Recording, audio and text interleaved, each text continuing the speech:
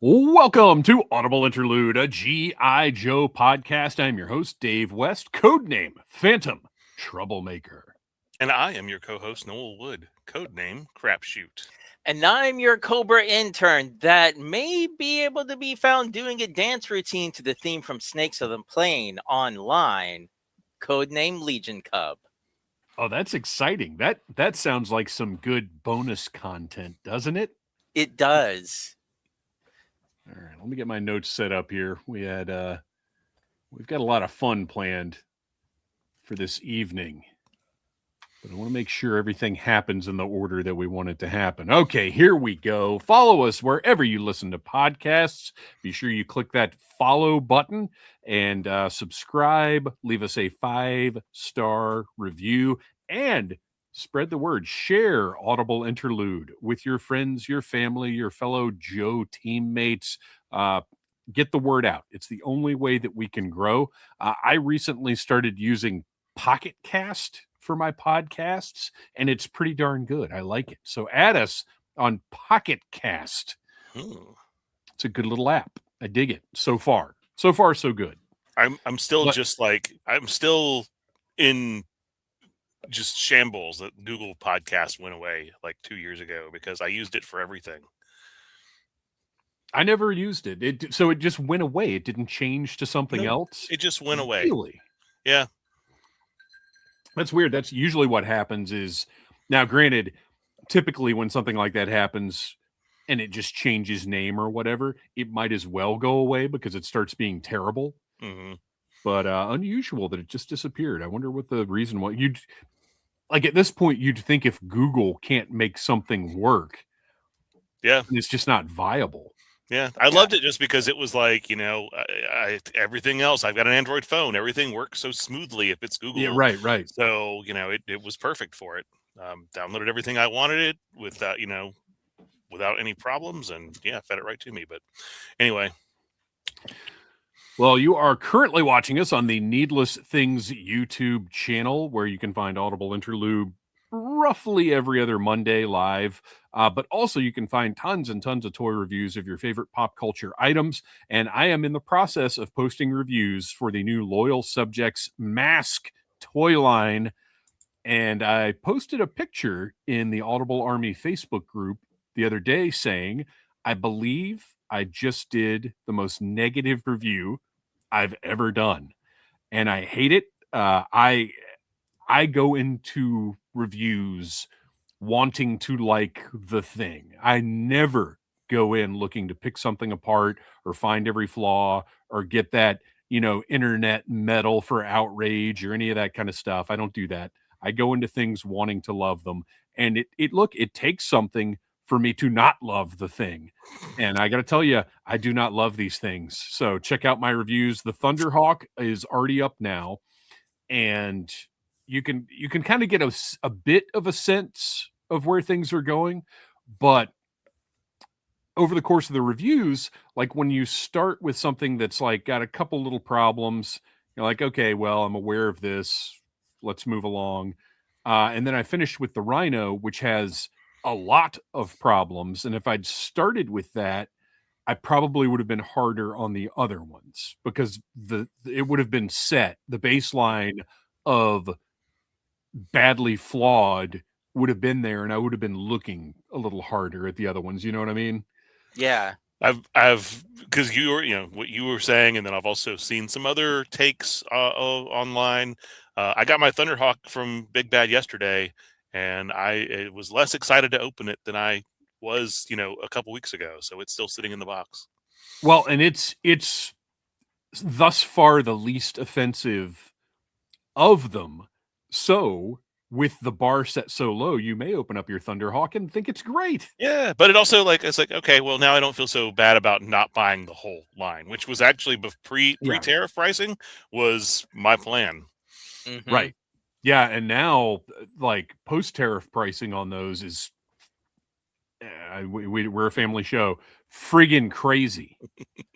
I will, even before my review of the Rhino or Mobile Command Center or whatever it's called, even before my review of the Rhino comes out, I will go ahead and say, do not spend $175 on that thing. Don't do it.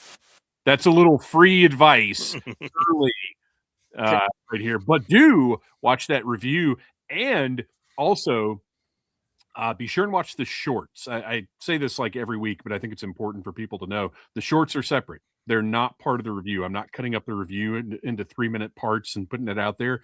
The short is recorded after I do the review. So often there will be a little follow up or something I caught or whatever. The short is its own thing. So if you hadn't been checking those out, if you've been thinking, oh, it's just part of the review, it's not. It's a separate thing. And the short on the Rhino is the thing that I was talking about where I was more negative than I've ever been before. It's pretty brutal, and that'll go up on probably Thursday, maybe Wednesday. We'll see. All right, so Needless Things YouTube channel, like, subscribe, share, tell your friends about Needless Things. Also, check us out, Audible Interlude Podcast on Instagram. That's a good way to keep up with us casually if you're not into the Facebook group thing.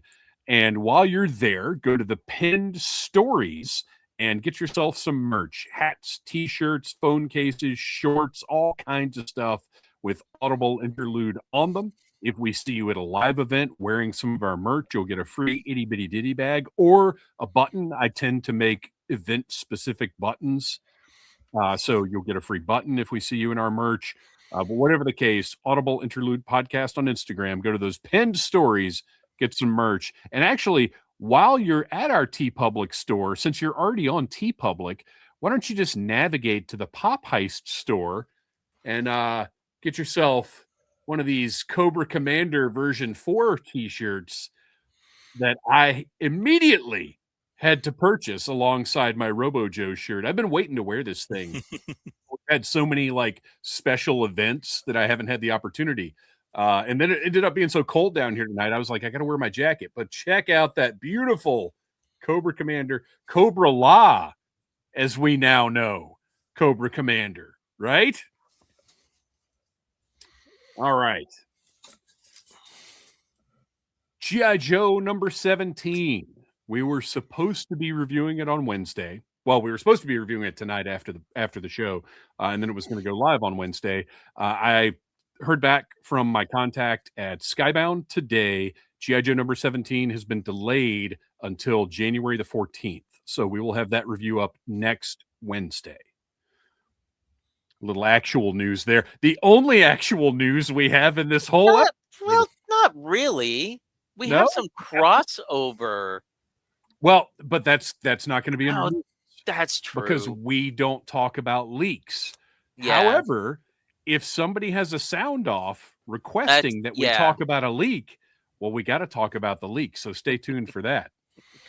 Our next regular live stream here on the Needless Things YouTube channel will be on January the 19th. Put it on your calendar, 8 p.m. right here on the Needless Things YouTube channel. And I mentioned that Facebook group. Shoot us a message at Audible Interlude Podcast on Instagram with your email address. We'll get you added, unless there's some kind of weird technical difficulty, which I ran into today, and I still don't know what the issue is. We'll try and figure it out. Available now, the first annual Audible Interlude Year-End Awards. Last week, we sat down and we picked, with a panel of experts, by the way, picked the best of G.I. Joe releases from 2025. That's available now wherever you get your podcasts, so go check that out. It was a very fun episode, and it went very long. Yes, it did. So did you guys have any like thoughts or follow-up or anything after, now that we have opportunity to discuss our favorites and whatever else? Any follow-up thoughts about the Audies? I will say that it post discussion has somewhat influenced me because yesterday I had to get my oil changed before I went to work, and where I went, there was a GameStop right next door, and they had Budo on the shelf. And after hearing everybody rave about him, yeah, he's now part of my collection. He's good, isn't he? I haven't had a chance And to you open paid them yet. GameStop prices for him too. Well, you know what's surprising? The GameStop, it was $34.99. Yeah, I for think him. GameStop has been keeping their Hasbro stuff, Like- at least over the past few months, at the recommended too Yeah. high retail price. I'm like, it's the same that I would get it anywhere else. That's the only, deciding factor. Right. Just sitting there looking at it, I was like, I see everything that everybody talked about. I see why he got nominated so many times. So, Dude, once you get him out and start swapping armors and stuff, it all just works so freaking well. Just great figure. Well, I also have a little follow-up from last week. I don't know if you fellows noticed in the notes where it said, do your research on dial tone. oh yeah, I couldn't figure that out. Oh, really? Okay. Well, let me refresh everyone's memory. But yeah, I think dial tone is great. My only gripe with him was his blaster. Well, and does he count? The Because I put him on this list too, but he was out in 2024. I just didn't get him until 2 months ago. No, he came out early 2025 because my review went up. I got mine months before you guys did. Yeah, the thing. Yeah, Not you got yours before in me. 2024. It was I one of was the one of the- few. Hasbro Pulse somehow or other got me my dial tone by the end of 2024. Really? Mm-hmm. Yeah, Okay. there were people that were getting them in like November and December of last See, year. I thought I was That's one why of the I ones didn't that got him include it. really early. Okay. No, it was almost like the Crimson Guard again. It's not worth litigating here. We will move on. But guess what? It's worth litigating here. So you guys didn't do any kind of like looking around, follow up, or anything on that? I mean, I had looked that up before, and I saw the results were showing that I'm getting people were hot them in now. 2024. The jacket's He's all coming worked off. up. I am. So I am because did you get yours through Pulse, Kristian? So here's the funny thing, and I think this is how the world has gotten to where it is right now. Is I was not prepared for this to be a topic of debate because I thought it was just known and accepted that dial tone came out in January of 2025. Like the earliest shipments were January 2025. So I was not prepared with my facts to deal with that issue. And I think that's what happens a lot is people are like, "Oh, what? I didn't even realize anybody didn't know that this was a fact." So I'm gonna throw one thing out. We can do this the boring way, or we can do this the fun way. The boring way is you guys go ahead and say, "Oh yeah, I think you're right," and we'll move on. Or we I do this don't the fun have way, I don't have where a I split present- opinion. where I present. Well, no, you don't have an opinion. You stated it as fact. I stated it as what I had observed from my very brief internet research last Monday.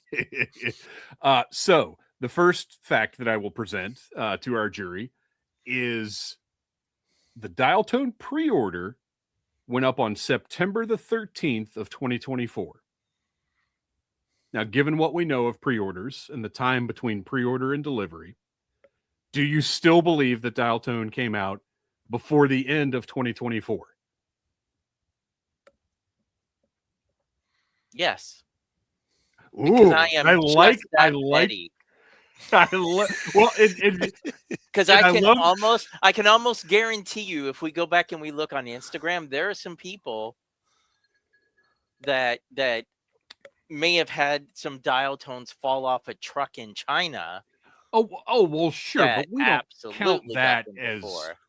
that does not count as widespread American Does it? release. Well, it's showing me when I ordered it. Pulse will show you when the order completed if it was the last thing in your order, but if there's other And if things you've got in a that same tracking order- number, FedEx will still have There we delivered go. on Okay. 'Cause whatever. I'm like confirmed May 22nd. What? Mm-hmm. So the next Sorry, piece of your information. tracking attempt was not successful. Oh, week. Yeah. Oh, because it was DHL. Oh, Okay, so then I am wrong. I actually need to go check my figure because I probably don't have dial tone at all. If it was DHL, What? I'm probably still Oh. waiting on that. I don't know what figure it is that I opened that has a satellite backpack and a neighborhood spy the dish the blaster. best possible resolution for this whole scenario is Kristian going, "Oh wait, I never got dial tone." He'll be on my 2026.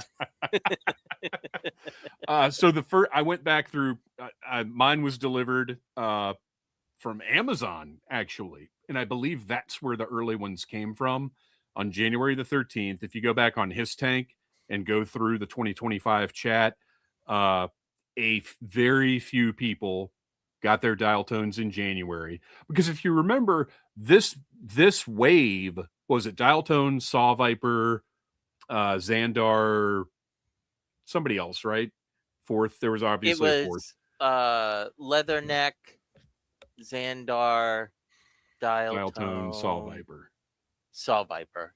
So if you remember, the original release date on these was either August or October of 2025. Because remember, it was the crazy far out.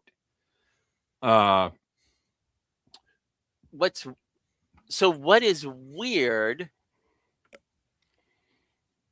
I'm gonna have to look through my emails to see if I can find that shipping, because when I look up my orders, there's the confirmation. Now it says that Xandar and Leatherneck shipped January 15th. Right. That's when the rest. It shows that my Secret Wars Titania, because that was all included in the same order that I put in, shipped December 11th, and I have no date. I just have a confirmed date on dial tone, which doesn't even match the confirmed date, because it says confirmed May 22nd. So this is very unusual. Yeah, that's probably whatever the last thing in that order was that shipped.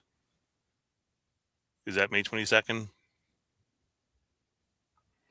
Yeah, because that whole wave, I think, was a little spread out, if I'm remembering right.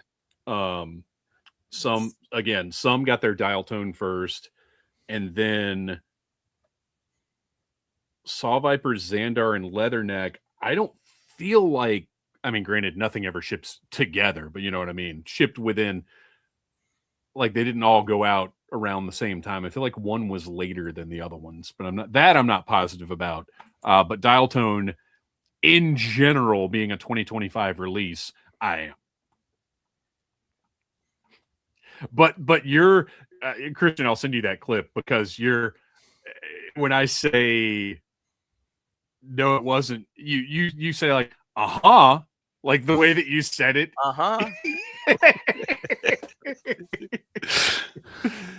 So anyway, I have absolutely no issues being right. So it's all good. So anyway, really not worth litigating at all. But it was just funny to me, because I was in that moment, I was positive, but we would have had to sit here for 10 minutes like we just did. Oh, I found my email. Oh, what you got? December 30th. I'll take a screenshot and send it to you. The day that you got the shipping notification? Yes, with the tracking number. So that means it came when? No, expected by December 30th. I got the email on... That's not one of those emails that says your date has been updated to... Very well. I mean, face facts, it was shipped by DHL. No, but remember, Pulse has those emails now that say we're notifying you of one of two things.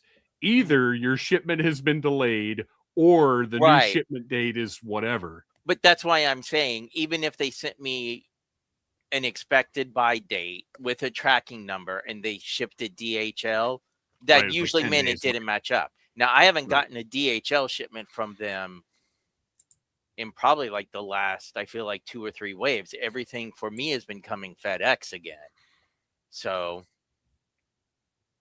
Yeah, I'm trying to think. I think I'm in the same boat. I don't think I've seen a DHL from them in a while. Although Big Bad has hit me with a couple of DHLs. So that's our follow-up. Look into it more. We'll have further follow-up of this story maybe next week. Kristian has more time to do some research. We've talked way more about dial tone than he deserves. Well, and I like that we're figure. We're not done talking about dial tone this episode. That's right. I like turtles. So one of our panelists that submitted nominations for the Audis, their email went to spam, and I did not see it until the other day. So I just wanted to run through. And now we didn't name very many people, but I'll just add these in, and I will note that they did not change any of the outcomes. But it was interesting just to see some different stuff. Best update, Televipers. What were they thinking? Rattler, just the size. Most disappointing release, Rattler, nowhere to put it. Which it's more of a personal issue, but that's where disappointment comes from. Why did this take so long? O-Ring Pythona. Most surprising release, Crystal Ball. Best troop builder, Frag Viper. Whoa! Excellent. Best multi-pack, Diver Set. Best animal companion, Cobra Commander Iguana. Best vehicle, Snake. Coolest accessory, Sci-Fi Blast Effect. Best portrait, Reaction Plus Royal Guard. Best packaging, and this one, I'm going to go with Cold Slither, but the Time Bomb bat from Reaction Plus. That was a good one, yeah. And that is, fantastic packaging. Give me die cut. Look, I was collecting comics in the 90s. Die cut anything, I'm in. Best loadout, Budo. Best classified figure, Wetsuit.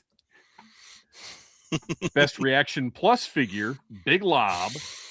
Best non-Joe line, Marvel Legends X-Men 97. Best non-Joe figure, Jurassic World Hammond Collection Tiger Raptor. And best non-Joe toy, Lego Transformers Soundwave. Oh, nice. I have not put him together. I've still got him, but yeah. He definitely looks great. If you have not listened to last week's episode and would like to hear the final results to all of those categories, check it out wherever you get your podcasts.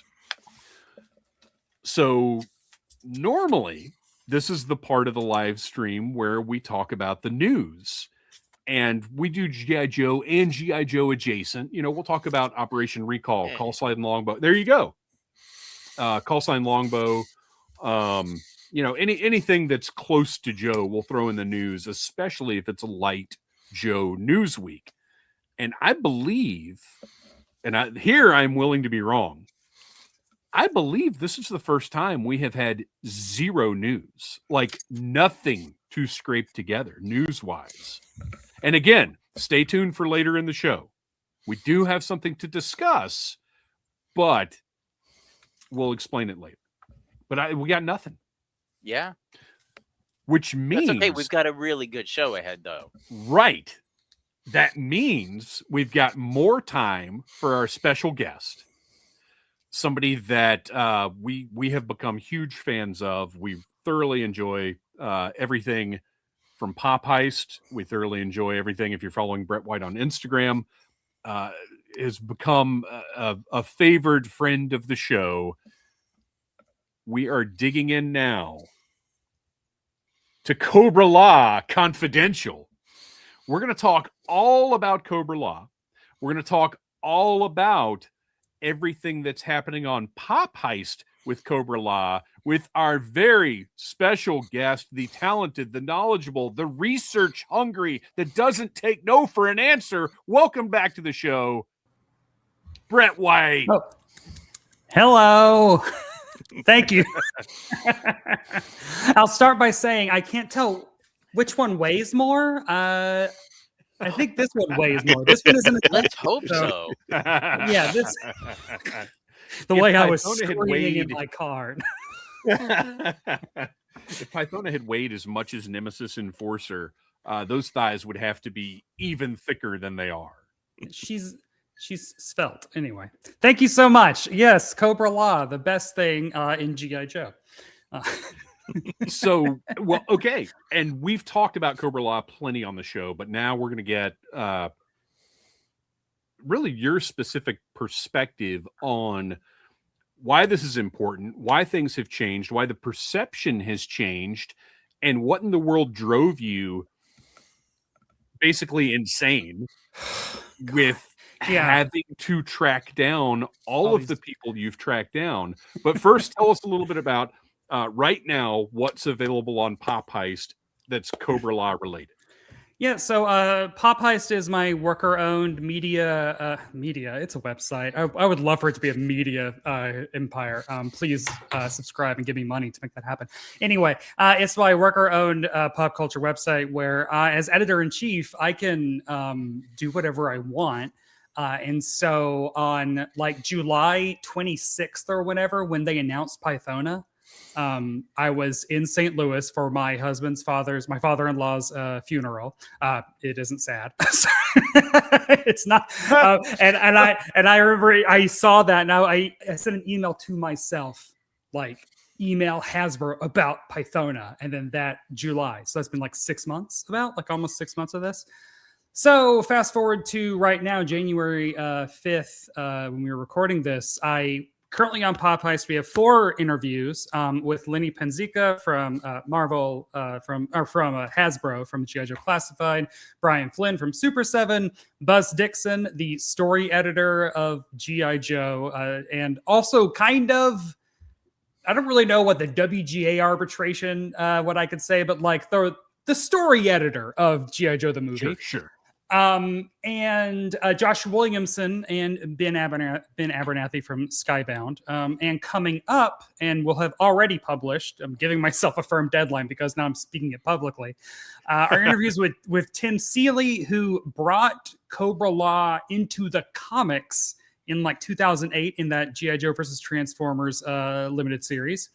And of course, Larry Houston, the storyboard editor, the storyboard director, who did the opening sequence of G.I. Joe the movie, as well as Pythona's break-in into the Terrordrome and Slaughter's Renegades break-in into the Terrordrome. He did those sequences, as well as other things that I can get to. But all this is leading up towards the big, huge, hopefully comprehensive history of Cobra-La, who did what and when.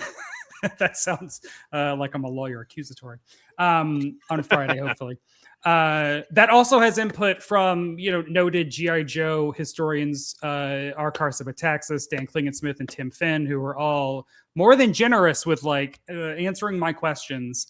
And then also email input from Tommy Lee Edwards, who penned the 2019 almost sequel to G.I. Joe the movie. That was a short story in the yearbook that never will get to that later. And Mark Pennington, the sculptor, the Ron Rudat's second in command or whatever. So yeah, it's a seven-part corpus, Cobra-La corpus. Although I'm now realizing Cobra-La Confidential probably easier to say.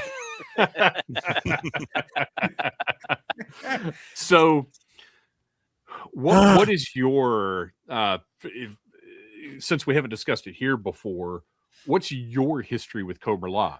Oh yeah, I forgot. And also you guys are also going to be part of the big thing is like my audience reaction, because audience reaction is the main reason why I've gone down this hill. And through talking to Lenny and Brian and Joshua, I've realized this consensus that Cobra-La are the Ewoks of G.I. Joe. When I read that comparison in one of your articles, I about fell out of my chair because that is a discussion that I have had. Like, we have friends who run a Star Wars podcast that have said, like, when you want to come on and talk about something, and I said, I want to do a deep dive about the Ewoks cartoon, and they're like, that will never happen. But there's an age difference there. But that's fun anyway. Right. Well, but that's yeah. that is what sort of caught my eye when I read that in one of the pieces, where I was like, oh yeah, so all those people that were hating on Cobra-La, it wasn't just that it's now this weird, overly sci-fi, at sometimes can seem a little ludicrous idea that you've injected into G.I. Joe. It's that they're sort of hitting that age range of, well, maybe I'm just too cool for this period. And yeah, because the thing, so I was born in 1984, and now G.I. Joe the movie came out in late 1987 at the whopping price of $80 for a VHS cassette, which is $225 in 2020, late 25. Good gosh, wow, nuts. Which explains why in like so my first G.I. Joe purchases were either Repeater, Lightfoot, or Hardball. Because I have distinct memories of getting Repeater, so he might have been my first one. So that's 88. I'm 4. And so that means my mom is going and renting G.I. Joe the movie from Kroger's, because this is back when grocery stores used to have little like video rentals. Yeah. It's a crazy Absolutely. thing. My mom would rent G.I. Joe the movie from Kroger's like every single week for me. And I just have like such a memory of like standing at my VCR and putting it in and just watching the opening credits, like, what in the world? So I'm like 4 or 5 watching Pythona do all this stuff. And that's intense. Like for a young kid, like the entire movie, you think about the movie, it's the first time that we see actual casualties, not just in Duke taking a snake to the heart and living, but also Bazooka, Alpine, and Gung Ho are like put up in traction off screen. Like it's a very heavy movie, which is why as a 41-year-old, I still don't buy that it is cheesy or goofy. And anytime anyone says that, I fully like I can't comprehend what movie they're watching, because it is such a dark, intense movie to me. But no, yeah. So like I grew up loving it. And, growing up before the internet, your opinion is basically like, what do my friends at school think? And what do my cousins think? And we all liked it. So far as I knew, everyone loved G.I. Joe the movie. And it wasn't until I became, unfortunately, an adult on the internet that I discovered that there are people that don't like it, that think that it's goofy. Let me just tell you, the last episode of G.I. Joe I watched was Operation Mind Menace, which in that telekinesis pulls Easter Island out of it. Like G.I. Joe was always ridiculous. Is a natural. I don't know. I could just keep rambling forever, but that doesn't allow for questions or nothing. Well, it always had fantastical elements. I think that's what gets lost in this conversation. G.I. Joe the movie has so much weight on it because it was the last thing that our generation of Joe fans got. It's a series finale. And it is. When you watch it, so like I've done this twice now, like where I watch all 100 episodes of G.I. Joe in chronological order, and you end with the movie, and there is something really really interesting doing that. In my Buzz Dixon interview, I get into this, like, because the last couple episodes of season 2 are Into Your Tent I Will Silently Creep, and like it's the introduction of Coil. So you have friction. You have that weird snake monster under Destro's ancestral home. You have the island of Dr. Moreau of Mind. Like, so you're getting, G.I. Joe is kind of naturally getting increasingly weirder. And then when you hit the movie, and that opening, especially, like, it feels very like, how the last Beatles song is the end? Like, that opening feels like this is the end. And then you watch that movie and it feels so huge. I have so many. Well, and sorry. Look, that's what you're here for. But to this day, when I was a kid, Cobra-La launching those spores felt like the most serious catastrophic threat we'd ever seen in G.I. Joe. Part of it was because they set it up with that animation of all the people mutating, like when Globulus is talking about it, and they show these people mutating, and that's one of the reasons I was so surprised in the comics when we saw the guard take the helmet off and it's just people. Mm-hmm. Really, up until that point, to me, Cobra-La all were some kind of mutants, whether it was like Globulus or, Pythona with the facial tattoos, Nemesis Enforcers kind of crazy looking. I thought they were all just crazy mutants and that they were trying to turn humanity into that. And it just seemed like it's body horror. It's one of the probably instances of body horror I'd seen. I mean, I remember being 5 years old and contemplating, well, what happens when the spores hit my house? Like, I guess Mom and I, we're all going to become lizard. Like, I remember having existential crises like that because it's such a huge threat. And it's like the hugest threat. And also, this is also specifically, so what I found beautiful in talking to all these people that have worked on Cobra-La at different times is the symmetry of ideas that they didn't even, no one's talked to each other about this. Like, one of them being Lenny from Hasbro mentioned that Pythona's bodysuit looks like an H.R. Giger, weird. If you just imagine it all in black. Yeah. It's very Giger. And then I was like, Buzz Dixon specifically mentioned the acid on her fingertips was a swipe from Alien and Giger. Let me go ahead and say, Lenny, I know you're listening. Night Force Pythona. Just go ahead and do it. Yes. Just all black. That would be Ninja. awesome. Yeah. Oh God. And then the other one being Buzz Dixon. The idea that I find so cool about the Energon universe is this pairing of Transformers as metal versus Cobra-La as organic. And Josh was like, that seemed like such a natural dichotomy. And when I was talking to Buzz, he essentially said the same thing of G.I. Joe is military, so we're going to set them up against just all organic, a thing they've never come up against before. And I just think that it's such a rich, interesting idea. And I really like that so many people now are really thinking about it and applying all this stuff to us. To my beloved snake people. There was a old podcast called Excalibur. It was about writing fiction books. Unfortunately, all the episodes have been taken down. But they had an interview with Buzz Dixon. It was one of the first times I ever got to hear him talk. And Buzz has such a. I'm going to be honest with you. It's not brash. It's not rude. Yeah. He may not say what you're expecting him to say, right? But I loved how the questions that you gave him, sort of the path that he took in talking about this movie was so different. Because on Excalibur, it was dealing with G.I. Joe as a whole, and it had a tiny part about the movie.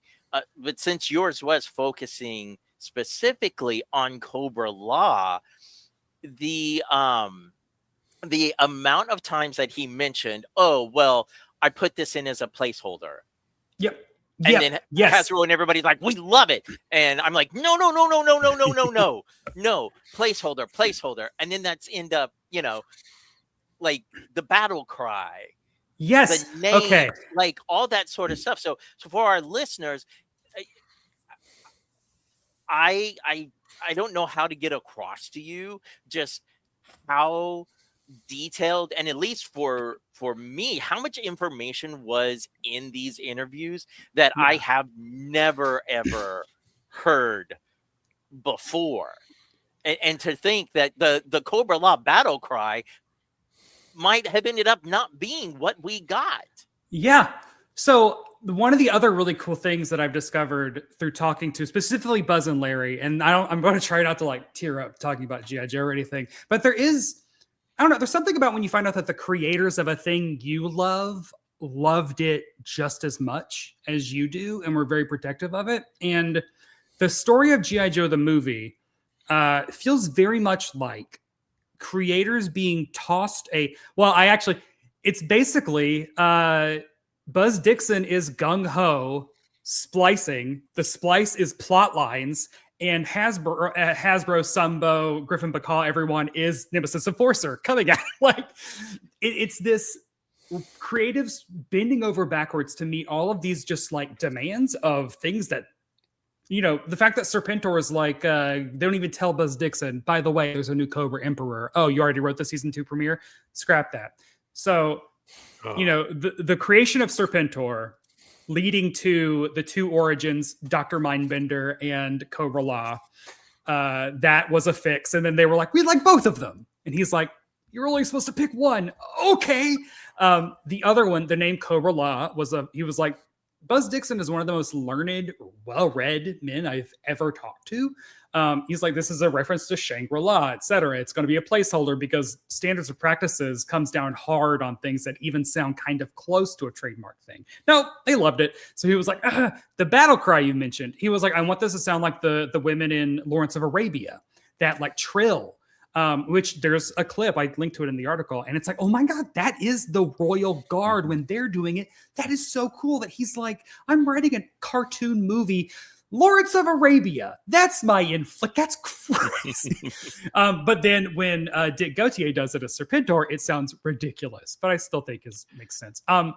The other thing that Larry Houston told me that I got really emotional about is that Hasbro was very adamant about like, old Joe's buy. No, we don't shipwreck Scarlet. No, we don't care about them. Like it's all big log, baby. But Larry was like, no, like we've worked on this show. Like we love these characters.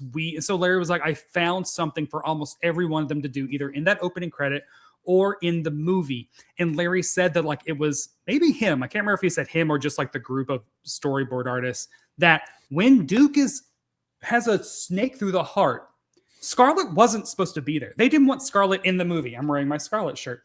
But they were like, we've established that Scarlet and Duke are close and have a relationship. Like, you know. So she has to be there. And so the fact that they like snuck these references in because they cared about the continuity and the story. And I thanked him because I was like, as a kid, you know, watching G.I. Joe the movie, I never realized that like Shipwreck isn't in it all that much because he has the one line of like, save my bones for Davy Jones when he sees Cobra Commander. And I'm like, that's enough. Like, oh my God, like Shipwreck's totally in this movie, you know. I was rewatching it today to prepare. And it's funny that you mentioned Scarlet because she was the one that I'm watching it, taking new notes, and she doesn't show up until it's let's court martial Falcon and they're escorting him to his room. And I'm like, we're how long into this movie? They just had to get her in there. That's how they squeeze it in. So yeah, that's wild. And as a kid, I think, Brett, like you said, you're maybe not necessarily conscious of it, but I think we did appreciate, like, because if none of the Joes we'd been watching for the past couple of years had been in that movie at the time, because I loved it when I first saw it, I don't think I would have. I think it would have felt like, where are the characters that I've been following for? Where are, like, they're not here at all. I wouldn't, especially when some of the new characters we got didn't get figures for me to connect to. It would have been tough. And I think, you know, going back to what you said about Cobra-La and the menace they represented, I think one of the things that made it, and because Noel, you and I were what, 11? Kristian, yeah, 12. Right around there. Yeah. So 11, 12, we're a little older, but at the same time, it still felt scarier to me. And I think that's because the safety net of Cobra Commander's incompetence was removed. Yeah. Because every other episode of G.I. Joe as a kid, there's a certain level of safety you feel, even if you're not conscious of it. Well, Cobra Commander screws up every time. He never wins. Like, no matter how dire it may seem, no matter how much the Egyptian gods are about to bite Shipwreck's head off, you know Cobra Commander is going to mess this up and everything's going to be okay. But in the movie, Globulus is presented serious as can be. Like, he's not funny. He's not cutesy. He cracks no jokes, Mhm. and everything about Cobra-La. I do like when he's like a trifle melodramatic, but sure. Yes. Yeah. Yeah. Well, we had gotten even that is reinforcing what we've seen about Cobra Commander. Yeah. we had gotten our table kind of set the year before with Transformers the movie because it Uh-huh. follows a very similar way it presents these characters. We talked about hey, we got a bunch of brand new characters. All the ones that we've loved for the last few years are just suddenly in the background. At least they're not killing them off in droves in this movie. But the same thing, we got Unicron, who was also this actual menacing villain, because Megatron was more imposing than Cobra Commander, but Megatron was a little silly sometimes too.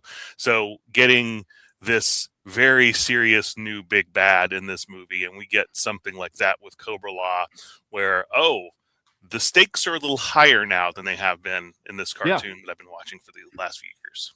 Yeah, that's true. Unicron also, scary, comparatively scary. But I was trying to compare the two because I do have, growing up, I had a stronger affection for Transformers the movie. But if you watch our Hasbro Palooza episode, you will know my favorite Autobot was Skids. So my favorite character rarely ever appeared in the G1 cartoon. So I was a Decepticon kid. So Transformers the movie introduced Autobots that I did bond with. Like Springer is my second favorite Autobot. It's only because he's just shipwreck. See, this is the same thing with G.I. Joe the movie, of like watching it as a 4 or 5 year old. I'm watching it in context of Sumbo being on in reruns and like me absorbing that nonstop. And so like I love Falcon and I'll defend him forever. But like, I mean, I remember me and my cousins would fight over who got to play as Falcon. So like he hit a nerve. Oh, although I do have a hilarious. So I also dug through newspaper archives, and the way they announced that Don Johnson was voicing Falcon is hilarious to me. If you would like to read something from the Newswire in late 1986, please do. So basically, it's basically like everyone wants to see where Don Johnson's going after Miami Vice like wraps this summer or whatever. And he's like, it says, for those who just cannot wait, there was always the animated G.I. Joe the movie featuring the voice of Don Johnson as Lieutenant Falcon, the younger brother of Duke, a pivotal member of the G.I. Joe Special Forces unit. Falcon is a bad boy who must prove to his brother and the world that he can be a good guy, said a representative for the film from Sumbo Productions. Falcon joins the unit to prove himself. It's the perfect Don Johnson character. Sumbo says G.I. Joe the movie will be seen sometime in the spring, either as a miniseries or feature. And in case you are wondering, this is no skeleton that has been pulled from Johnson's closet. He recorded this part in March. It's like insinuating that, like, no, he didn't do this before Miami Vice got big. He's proud of this. Which really it is kind of crazy. And I hadn't considered this until you were just now reading this out, because Miami Vice was incomparably huge on television. Now, when it went off the air, I don't know if it was, I mean, I'm sure there was a peak in there and it went off the air after that peak, but I mean, he was a superstar. It's kind of crazy that they got him for, even if this had been theatrical, it's still kind of crazy, because when you look at the voice cast of Transformers, you know, Judd Nelson, who I dare say was not really as big as Don Johnson at the time. You had Robert Stack, who's just older. Well, and is free, like his big fame with Unsolved Mysteries too, really. So. Yeah. Right. Leonard Nimoy and Orson Welles, like stars of the past. Like Transformers the movie did not just Meredith on that level. Yeah. Did not boast a current superstar on the level of Don Johnson. So I really do kind of wonder, how the heck did that happen? Yeah. Well, and they also, like, you got him and Burgess Meredith, and those were really the only celebrity actors you got for G.I. Joe, whereas Transformers, they went all out and they got like 7 or 8 people. Unless you're counting Sergeant Slaughter, who was already doing the show at that point. Yeah. As much as I love Sarge, I don't count him as a get for the movie. Buzz Dixon did say that Don Johnson did film or did record his entire role in Florida. He did not go to, because I feel like they probably all recorded in LA. Like he did not. So, I mean, but this is also before the days of like where an actor can just go into their closet and get out their iPhone and like record, just send it in. I mean, so he had to go to at least he went to a studio somewhere. Yeah, like he had to put some effort into it. Very interesting. Yeah, I'd like to hear that. That's Brett. You got it. That's got to be your follow up. Got to talk to Don Johnson. Damn it. That's it. Or darn it. Sorry. The other big question that I had going into this project were the toys, because like it's funny. So Ron Rudat in March of '85 designed Serpentor, and that seems to come from just like he says like he'd seen Conan the movie. It was like, yeah, James Earl Jones character, sure. And whoa. Right, yeah. I never heard that or thought of that before. Wow. Yeah. And so there are all these designs in Carson's big, Art of G.I. Joe book for a Cobra Empress, which is basically like a female Serpentor. And I think we've all kind of been like, oh, that's early Pythona. That's not early Pythona. That is like, that's Ron Rudat like riffing on an idea, because he also does a Snake Society high priest, and like he's kind of just, churning out a bunch of ideas. Yeah. At the same time, Ron Friedman has been tasked with like G.I. Joe the movie. We're going to do it. Jay Bacall loves sci-fi. Go sci-fi. And so Rod Friedman, who did write a draft of the movie, which I didn't know that was real, but there is a copy of that somewhere. But his ideas list is like, what is it? A character named Animus Serpentis, who's a detached brain. Cersei of Cobra Island, who uses perfume to manipulate men. Like all these like ridiculous ideas. And mind you, G.I. Joe Season 1 hasn't even aired yet, which is crazy to think. All this is going on in like May 85. It debuts in September. Season 1 debuts in September 85. And they did use that perfume. And so apparently like Ron Friedman sent this over to like Steve Gerber, because Steve Gerber had already showrun the episodes that are about Season 1, which is about to start airing. And he had to go through and be like, no, we're doing this. We've already done this. And I'm assuming that is definitely one that he was like, no, we did spell a siren. We've already done this. Don't do that. So basically like the action figure aspect of it, it's only supposed to be Serpentor. And when Buzz Dixon gets brought in August 85 to rework the script, he's told like, well, we're not producing any new Cobra figures for the movie. We have like, Taurus and Mercer and Kitty Hawk, which was Falcon's original name, which is so hilarious to me. Whoa. He was originally called Kitty Hawk in early drafts. Is he from North Carolina? Yes, he is from North Carolina. That's great. Oh my God. He's one of my hometown guys. Ugh. Yeah, you love Falcon. You love him. No. So like they're at that time, so Buzz is told you can do whatever you want to with new bad guys. We don't care. So in Ron Friedman's draft, Nemesis Enforcer exists. He is a Ron Friedman creation. He describes like a big batwing shape-shifting character, and also the name Nemesis Enforcer, which like rocks. Yeah. And he also has a character named, what Venomina, who he later calls Pythona. And Ron Friedman came up with the name Pythona, but that character was a witch. It's Buzz Dixon who turns her into the like assassin imprint, like emissary character.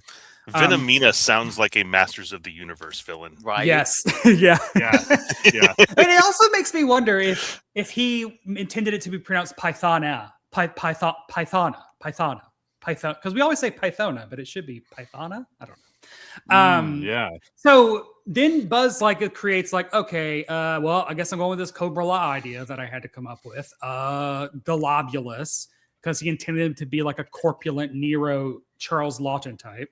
Which again blew my mind, because I was like, okay, now the floating pod makes sense. Even though they had obviously had to have already changed the design for the character. That is one aspect of Globulus that for young me, like I could never make it connect. He wanted Globulus to be the larger Globulus, to actually be carried around by, Right. like hunky snake dudes.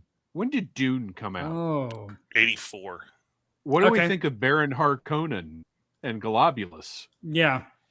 Isn't that his name? Baron Har. Yeah. I'm not a Dune guy, but the big fat guy Baron that floats Harkonnen. around. Well, and like also the name Globulus, he's like, yeah, it's like glob, and I was like, I never even thought of that. And his the name fact is that they basically- didn't change it I after thought they of it, changed but it. Yeah, and he was also Right. mad. He was also mad about that. He was like, well, he's named him Globulus because he's a glob, and then they made him this like he's a jacked half serpent man. Okay, cool, whatever. So basically, he writes a draft with Globulus and Pythona and Royal Guard and all that, and then at some point, and I don't know what the switch was, but summer '86 is when the designs for Globulus toys start coming in and all that. To the point where there was actually designs for an Insecticycle for like a wave 2 of Cobra-La, which Nullifier would have been the driver for that. Which is why the Nullifier looked so weird. That's been speculated forever. That was initially planned to be part of Cobra-La, and that's why he looks so strange. And so what Buzz and Brian Flynn also, like, I can't pin anyone down on the real reasons why that 3-pack didn't include Pythona, but it does make sense. Like, both Buzz and Brian speculated, like, if you look at the two characters that weren't made, Big Lob and Pythona, like, Big Lob needs to be taller, and Pythona is a woman. So, like, they have to create entirely new body molds. So it does make sense that, and I'm obviously sexism, I'm sure, comes into it because like boys don't play with girl toys, but you put her, like we all say, you put her in the 3-pack with Globulus and Nemesis Enforcer, single card the Royal Guard. It makes so much sense, blah, blah, blah. So that's likely why she didn't get a figure. I wonder if there was a perception, though, because you had said there were no plans for toys of the movie villains. Do whatever you want, right? And I wonder if there was this perception of like, no, we want that Cobra-La. There's 3 of them in that pack. That's it. We're making them and we're done with it. We don't want more. We don't want to single carded anything. It doesn't go anywhere else in the line. Yeah. If this because they all hate sells, great. If it doesn't, forget it. If you listen to like Kirk Bazigian on the 3D Joe set, he literally says like Jay Bacall is the one who like loves sci-fi and wanted to push that, and everyone at Hasbro like begrudgingly like made that 3-pack. And when I like, and also what I was getting to before I got sidetracked, because I love doing that, is that's what we do.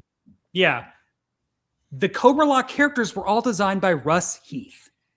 They're not Ron Rudat designs. They're not Mark Pennington designs. Also because they kind of like disavowed them. They're like, we didn't have anything to do with that. Like specifically, Pythona is a Russ Heath design. And also specifically when you're holding like a Globulus or a Royal Guard, and I think Nemesis Enforcer figure, like you're holding Russ Heath designs, which I think are the only times that his designs were ever made into characters in that original run. Because everything usually started with like Rudat and Hasbro.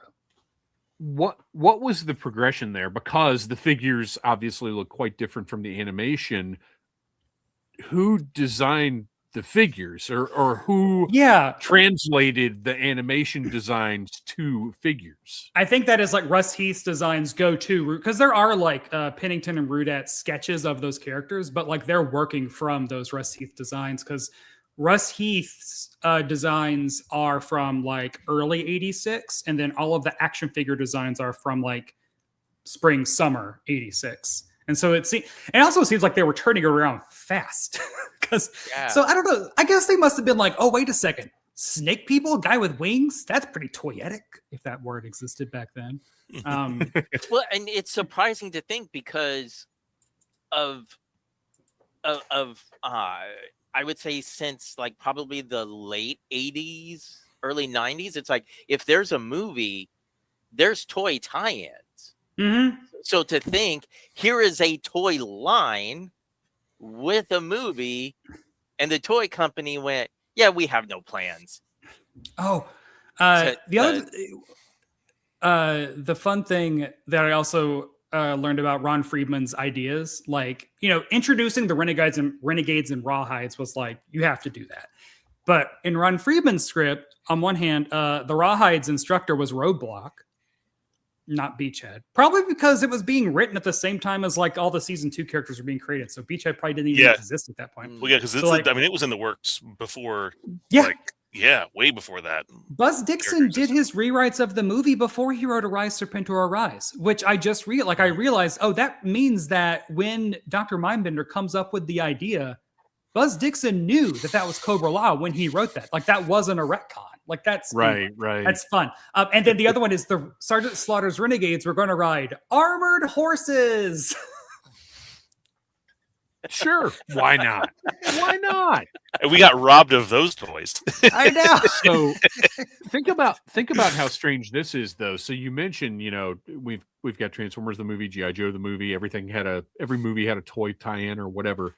How interesting is it, though, that there was no livery for either of those? They were the toys from the movies were just released into the regular line. There was no Transformers the movie, like Cup and Blur and like all those characters just came out in the regular line. There was no featuring of like, oh, by the way, these are in a movie. No, sticker on there. Or... I mean, that was almost the entirety of the 1986 Transformers line were the movie characters. But it's just interesting. It was the movie characters and a few like repaints of ones they'd done initially. So, but it's just interesting that there's no notation of now a major motion picture. Well, yeah, that was right. Just at Kroger's. Yeah, because that toy line or that movie was just essentially just to sell that year's worth of toys. That's really what that was. Whereas G.I. Joe's a lot different because we got so few of the toys that came out in '87 in the movie. Like, really, it's about a fifth of the total toys that came out that year. Because that was the year that Battle Force 2000 came out. So there was a bunch of other stuff in 87 that we never got animated. So we know, in hindsight, Hasbro made the right choice. Because we could have had Battle Force 2000 in the movie? Yeah. What if they were the one? How different would history be if in the movie Battle Force 2000 were the ones that were dispatched to handle Cobra-La? Well, think about. I mean, if you're going that sci-fi route, right, who better to fight Cobra-La than the highest of high tech to fight the organic? What they've and knocked now out. We would be doing a re-examining of Battle Force 2000 as well. Well, look, we're going to end up doing that at some point anyway. Dodger was one of my first figures, and I was like, "What is?" But I was like, "Battle Force 2000, what is this?" Because he came out like 2 years after the original. So boom. It's funny you mentioned him because the price was right. I picked up Dodger at Joe Lanta, and now I'm itchy for the rest of these idiots. Yeah. And what really kills me is I was in Louisville a few years ago, and there's a incredible antique flea market place just outside of Louisville. I mean, if Rec Ship's still here, I'm sure he can tell me which one it is. And they had on a shelf in a display case all of Battle Force 2000. And I looked at it and I thought, I know I'm going to want that someday. I am going to get to the point where I have everything else I want from 82 to 87. Well, even 82 to 94. And I know I'm going to want Battle Force 2000. And I just couldn't bring myself. And the price on it was not bad for as complete as it was. But I passed it up. I was like, no, I cannot. I don't want to drive this home. I don't want to deal with. No, I'm not going to succumb. And I wish I had. For those out there, it is the South Louisville Antique and Toy Mall. It's incredible. If you're ever in Louisville, I feel like I might have gone there. Is it you might as well salvage Louisville somehow. Can I jump to your Lenny interview for a moment? Yes. Because that was another one that caught me off guard. Because don't you shake Jinx's staff at our guest. Right? How dare you? To hear him talk about his love for Cobra-La, and how he was working on Pythona designs in the early stages of Classified. When you look at how late in the line it was that we got them, right? So I will not admit defeat to Dave on dial tone, but I can admit that my assumptions that there was no love for any of the, quote unquote weirder aspects of G.I. Joe lore in the current Hasbro Classified team, and that is not correct. Like your interview with Lenny really opened my eyes to, we are going to get to some of the even more. Oh yeah. He flat out says, like, I got to tone the neon colors down. Yeah. But I mean, he wanna said get like to 90 figures. I asked him to like describe 2026 for Classified in one word, and he said push, because he's like, they're trying to push the boundaries a little. Like, we're getting Ninja Forces art in, like that kind of thing. But I think it also speaks to the storytelling that toy makers do, which again, you don't think of the people that plan out waves of toys as storytellers, but like Lenny is very much like, we were telling a sci-fi story. Destro's the new thread, etc. in 2020, so it was very grounded, and you can see this like gradual progression. So like it makes sense that in 2020 he's designing Pythona, but is like, well, how are we going to get there? Right. But after you do Serpentor, and then you do Nemesis Enforcer, and then you do, and then also at the same time that's why there's like this something in the water kind of thing, spores maybe, because at the same time you have Josh Williamson and Robert Kirkman meeting up at Skybound, and both of them independently being like, Cobra-La is baseline. We are starting with Cobra-La. Like they both like loved it, and Robert Kirkman is like, I need Pythona, like that. And that was such a great, because when you read the Cobra Commander miniseries and it ends with her going off into space, it all just seemed, for no pun intended, organic, right? Like this is where the story is going. And when you're reading your interview with the two of them and you see how they both had ideas, and Kirkman is like, I need Pythona in space. Boom. And Williamson was like, oh yeah, well they just discovered that these metal people exist from outer space. It would make sense for Cobra-La to send an emissary out to murder all of them with her acid fingers. So but the other thing that also around 2019 is when the Tommy Lee Edwards for IDW publishes that short story in the G.I. Joe yearbook. Oh my god, what was it called? Like Cobra Visions or Cobra Ultimate or so. It's a story about like Falcon waking up in like a I know what you're talking about. And it's only 4 pages. It has Pythona in it, I do believe. And it ends and nothing ever comes of it. And then IDW loses the license in 2020, like very soon. But Tommy Lee Edwards told me that it was going to be a sequel miniseries. He said, I was extremely passionate about this Infinite Cobra project. Unfortunately, a new person calling the shots up at Hasbro killed the entire project with one email. They said the story was too retro and that they wanted to focus on only on moving G.I. Joe into the future. And this is 2019. Wow. So you see that tracks with what we saw 2020 early Classified. Yeah. And then you see now, I don't know. Part of me is I really wish someone would let Tommy Lee Edwards do his, do whatever his idea was.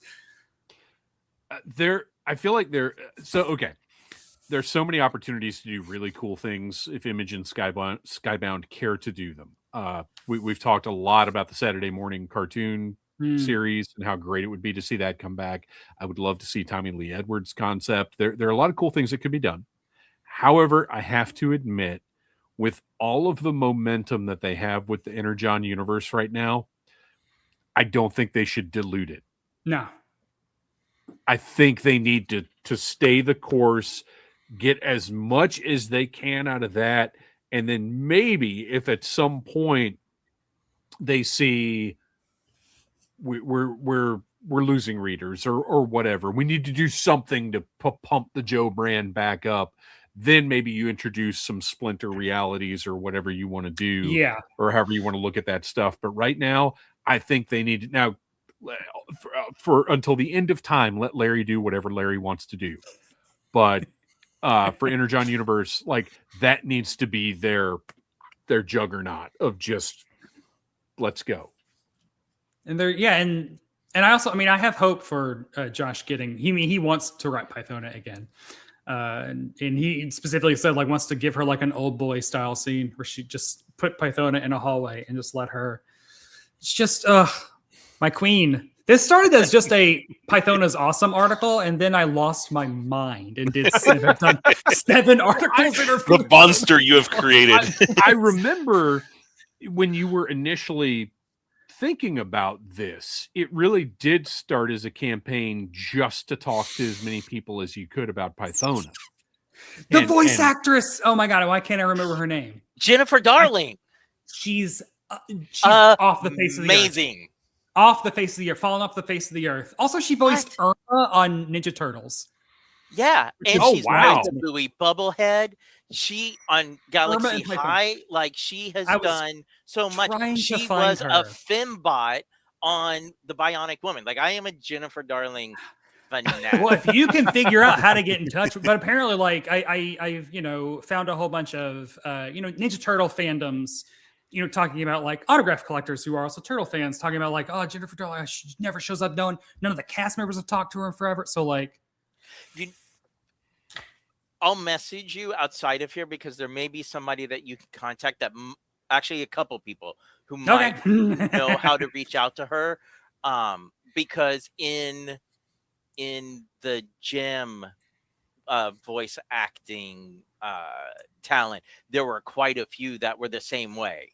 Like they didn't do anything, and it was almost like they could not believe that this fandom still existed. Yes. And then enough people, sort of reached out through other voice actors who were friends of theirs, where they went, oh, okay, I'm not comfortable doing conventions, but I might record some messages to send to you all. So I'm going to keep hope. God, I would love it.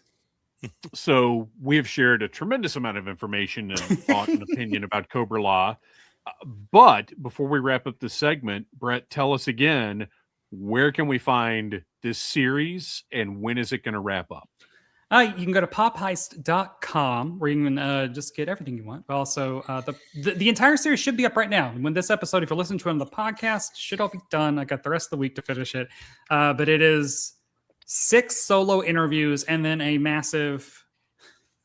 Just giving myself such a hard deadline. I work best under pressure about the entire thing, which we're going to have. There's a lot of exclusive stuff, some turnarounds from Super 7 of the Big Lop and Pythona figures, the David Gianfelice's art from that 2019 IDW story. I have the original pencils of that. An original Russ Heath Pythona sketch that will also make its debut right now. Oh. never seen before. That is incredible. Hot. From the collection of Tim Finn, who I cannot wait for this Real American book to come out because his treasure troves, listening to him rustle through the stacks of like Ron Friedman archives and Russ Heath archives while I was talking to him on the phone, like just I can't wait for this book. But yeah, it's gorgeous. Russ Heath, what a master. So, I mean, look, we're going to be talking about Cobra-La for years to come. But right now, we have other segments we have to get to. Now, Brett, I understand if you're on a schedule, if you've got to take your leave. However, I'd love for you to stick around the rest of the show and help us out with Sound Off, maybe a little Joe and Tell. You want to stick around? Yeah, well, I got a really good Joe and Tell, if that's a thing. Okay, if I can. Okay, cool. All right. Well, then that brings us to everybody's favorite segment of the show. If you're following Audible Interlude Podcast on Instagram, then you know every time we're doing a live stream, we put up a post that says sound off, because we want your input as to what we are going to talk about. And every time, it's really just the best time we have on the show, because the Audible Army tells us directly what they want to see, what they want to talk about. And we're going to get into it right now. All right. So here we go. Right off the bat. High-fiving a million angels. There was no way around us talking about this, specifically given some of us have a huge Teenage Mutant Ninja Turtles fandom. Obviously, we all have a big G.I. Joe fandom. Wreckship 85, our junior officer here at Audible Interlude, he broke the seal. These apparent TMNT G.I. Joe crossover figures. Now, we did not cover this in news because in general, we don't do leaks. We don't do like rumors, maybe, but we really try to stick to news, official announcements, things like that. But these were all over the internet. Everybody was talking about them. And look, if Wreckship wants us to talk about these things, well, I think we got to talk about these things. So let's go ahead and just take a look. Wow. The way I shrieked when I saw Donatello dial tone, like just mashing two of my favorite characters. I know. With his mustache. He has a mustache, Brett. Well, like when I first saw this, I just figured this is someone's mock-up, and I just kept scrolling. And it was like 2 or 3 minutes later, I saw it appear. Somebody else had shared it, and I was like, "This is getting some traction." And that's when I was this is all coming from like Full Force was sharing this, and they're not going to share something unless there's some legitimacy behind it, most likely. So, for the listeners, the first image that we're looking at is Leonardo as Snake Eyes, Michelangelo is Shipwreck, Destro is Krang, or Krang is Destro. Or specifically Krang's robot body as Destro. Mm-hmm. Cobra Commander is Shredder. Raphael is, I know I'm going back and forth on how I'm referencing these. Raphael is Roadblock. Donatello is Dial Tone. Bebop is Ripper. And Rocksteady as Buzzer. And you can see Buzzer's accessories kind of off to the side in a weird way. I don't know where these came from. They have what looks like Chinese print on them, and what appears to be a release date of April of 2026.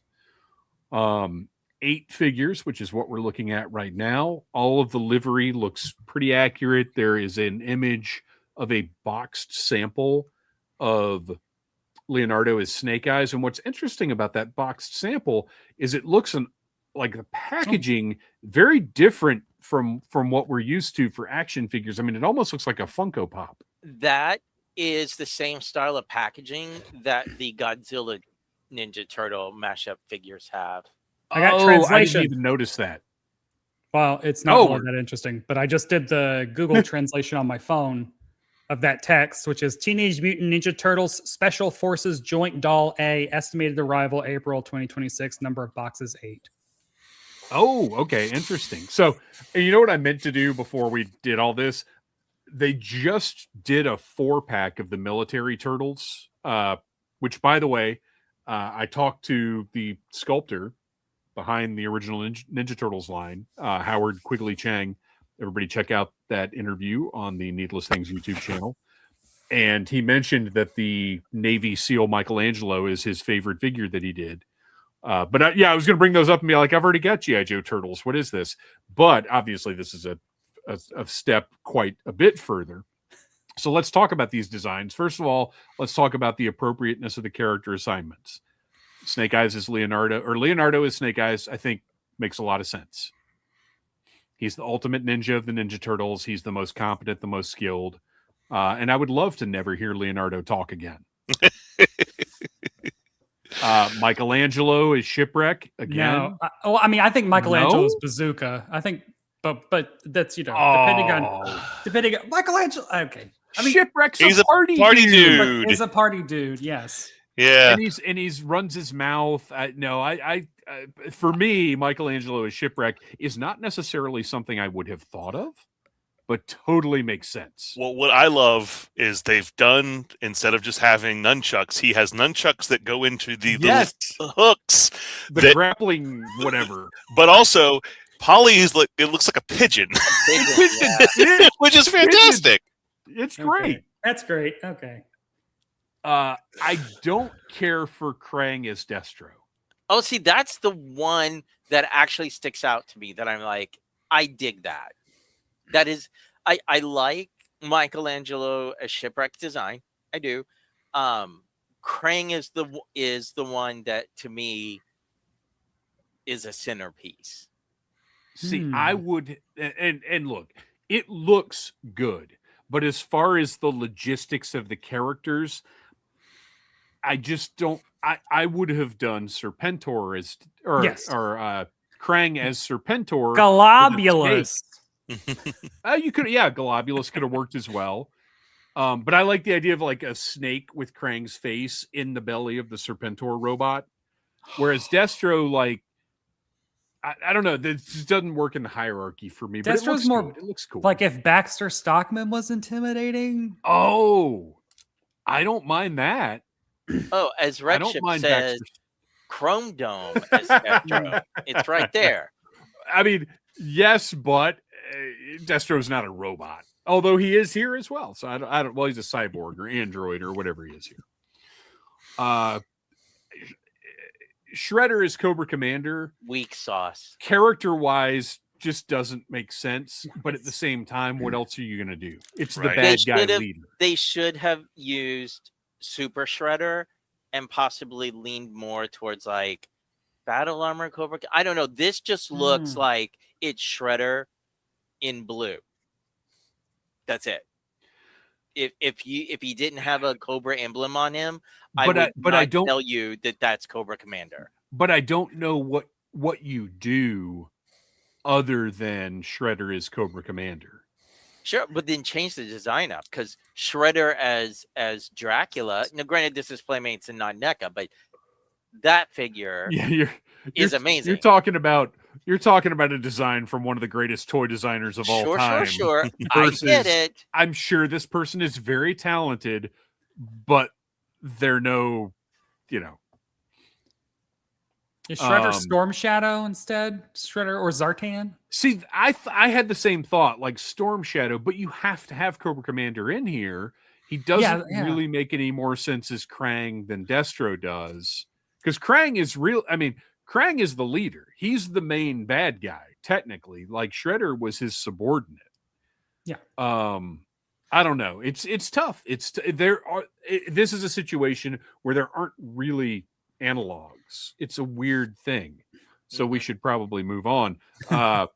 Raphael as Roadblock, I think, makes a lot of sense. I love how Roadblock has become one of the go-to Joe characters.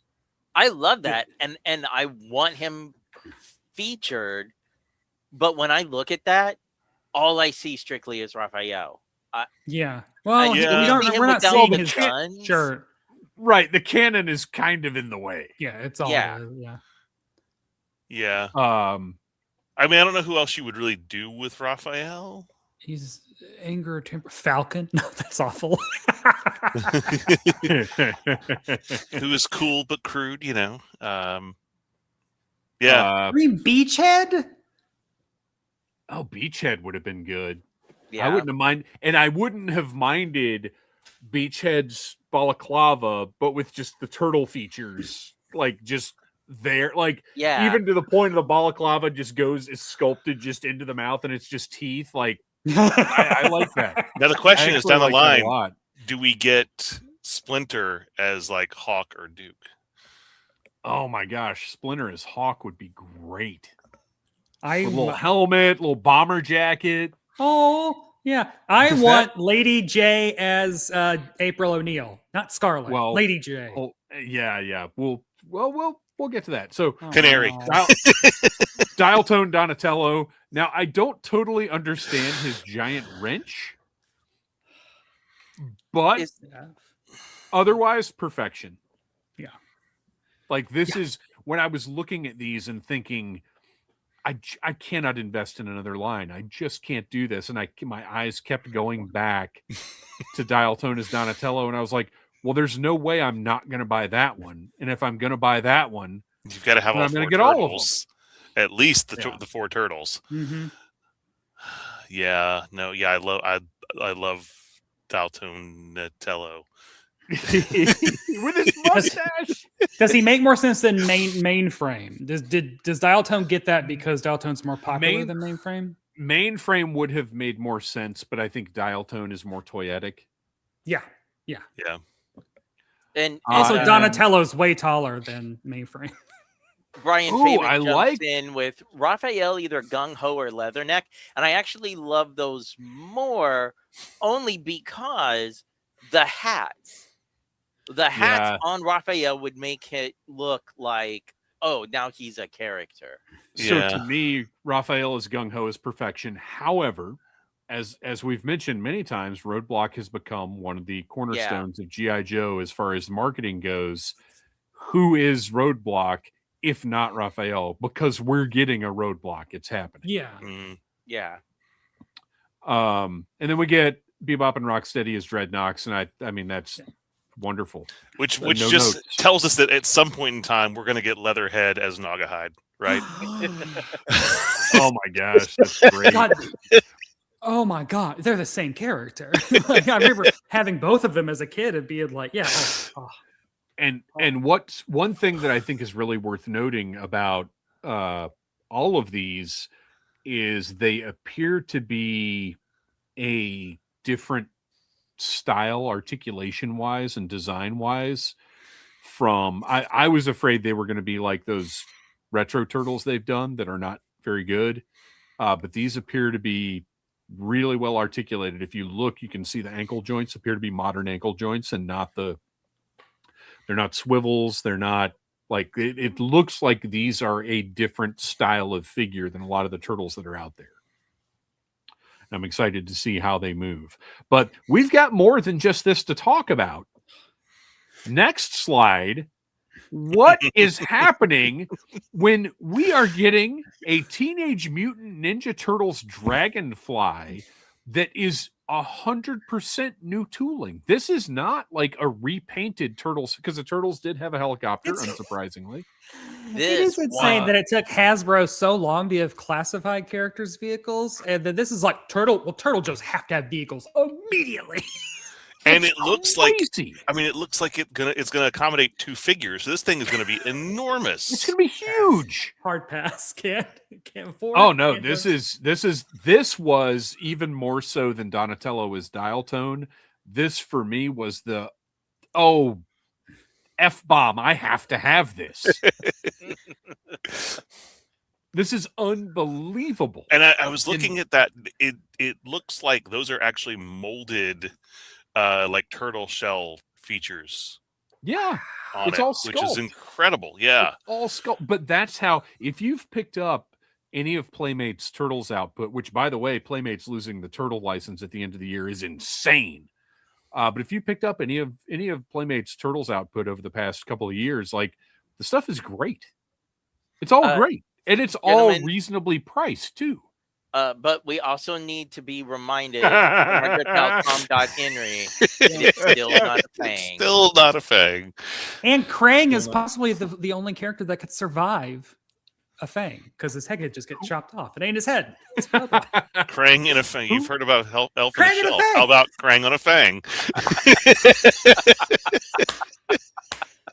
Who would have thought Golf that the fang. Teenage Mutant Ninja Turtles would get a helicopter from G.I. Joe before Cobra did? So secretly, you know that Lenny is just watching Tom Henry melt down. Oh, yeah. Every time something like this happens. There's at this point, there's no way there's not an awareness there. So yeah, this is gorgeous. I cannot wait to have it. And the other thing is, and I think I said it, but I'm not positive. Okay, this is probably all from Playmates, but I'm not positive. But all of Playmates stuff also much more reasonably priced than most mass market toys.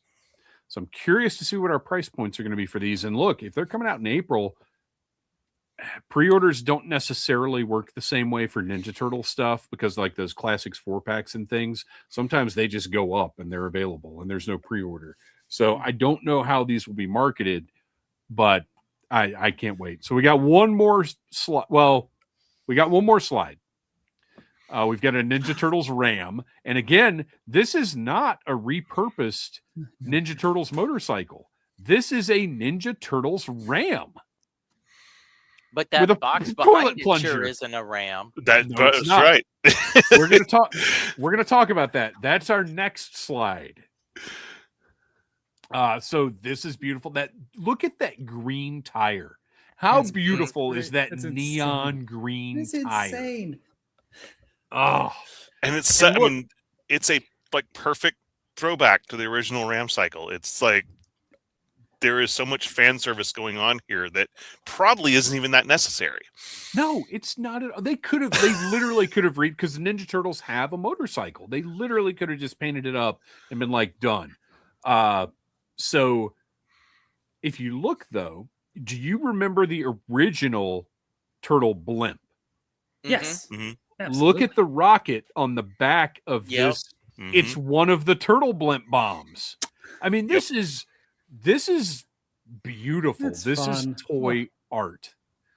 All right, so last slide, we're going to take a closer look at the package that's in the background of the slide we're currently looking at. It's awful. It's blurry. It's terrible, but I had to blow it up because somehow Yeah. the Teenage Mutant Ninja Turtles are getting a better Awe Striker than G.I. Joe Classified is getting. It has the With right a cannon, Scarlet it has the April right- O'Neil? let's I'm assuming see. it comes trying with to- her? Yeah, it comes with her, but I just can't read. Oh, it doesn't even say her name. Scarlet. It says Aw it says- Shell Striker with 4-wheel suspension. It does Yeah. not name her. I mean, it's April O'Neil for sure. I mean, it definitely looks I'm like relatively it looks sure like it's Scarlet. Yeah. Yeah. Although, Although with a video camera, it should be Lady J. Yeah, I don't like this Lady J. Anyway, Well, I think My favorite. Scarlet is definitely going to be a more well-known GI Joe Oh, character yeah, than for Lady sure. J. So, Not fair. marketing-wise, it makes sense. But no, she and Lady J are there's kismet there. They should definitely attitude, be. Yeah, role, hairstyles. So jumpsuits. this is all amazing. I'm all in, unless it's like Loyal Subjects mask prices, in which case I'm not in. But I Gretchen don't think it says- will be. the psych, it's actually April O'Neil as Scoop. I would. That would be great. I would love that actually.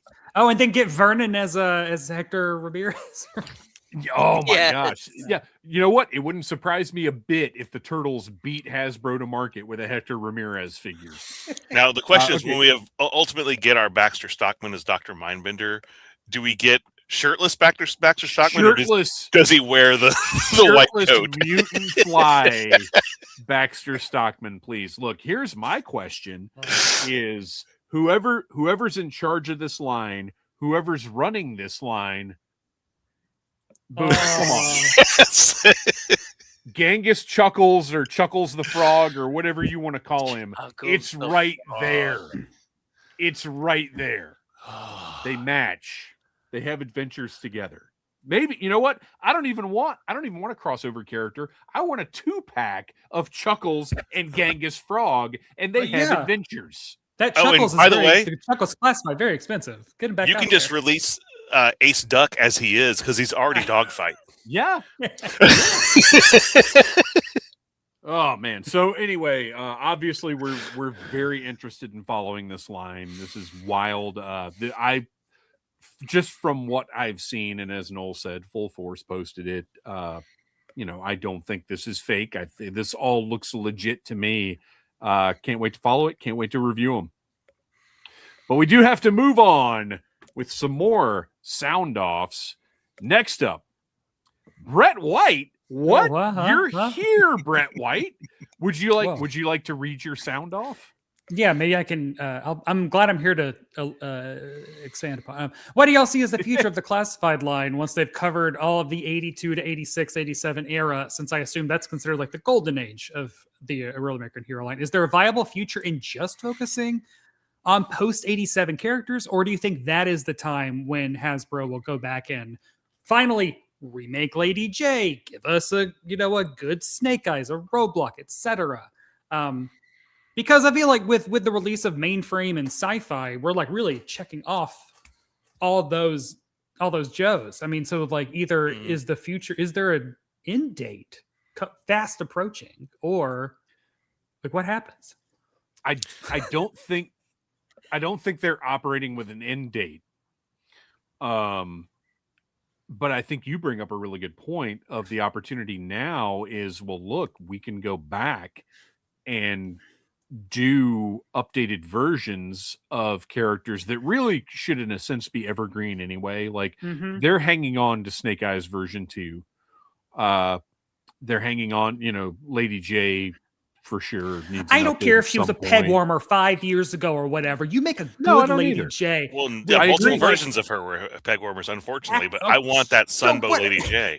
Yeah, but like if you do like a good like modern classified tool, we also need some female figures that are not waifs. Yeah. Like even that Pythona, ultimately I'm disappointed in because I want her taller and I want her thicker. Okay. It's a great figure. It doesn't weigh more. Yeah, right. If it had weighed more, Noel would have kept it. That's right. But in all seriousness, like I want that all of the classified females are so tiny and so spindly. I want better, and then Lady J would be a good start for that. I think updates to characters they've already, because look at how Marvel Legends operates. There's always a better Spider-Man. And look, Spider-Man is just a nude buck that they print stuff on.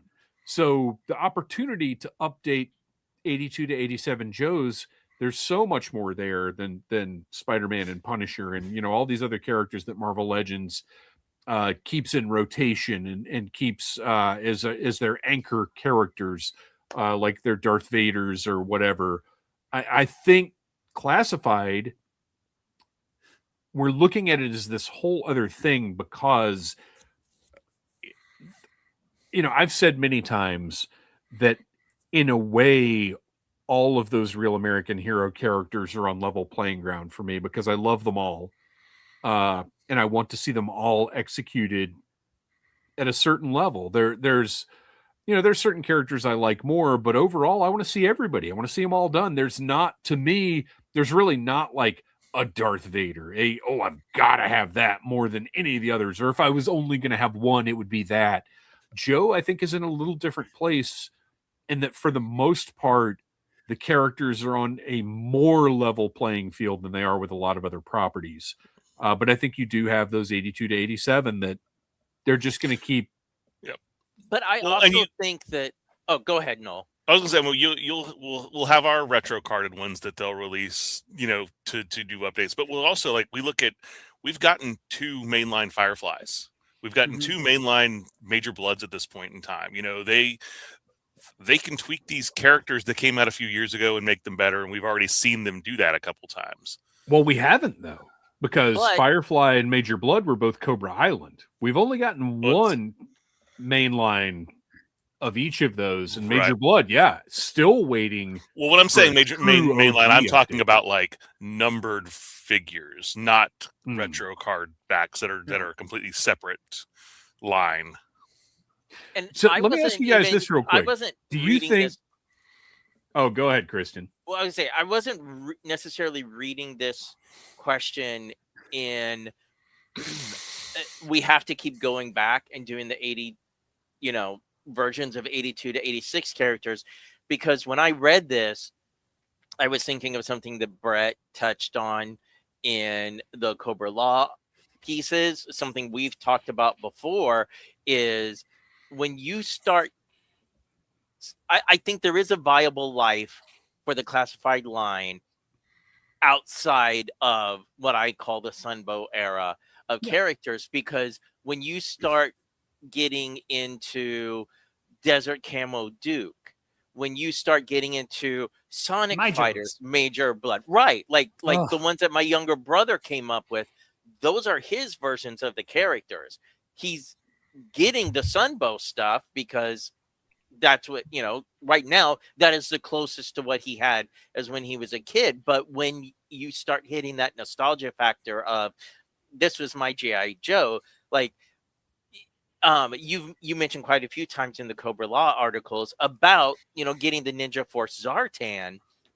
And even though I was older by that point, that was the Zartan that I liked more than Beasting Face Zartan. Yeah. So I am more excited because, knock on wood, I feel like I'm finally going to get a Zartan that looks like a Zartan that I want. Not that the current one is bad.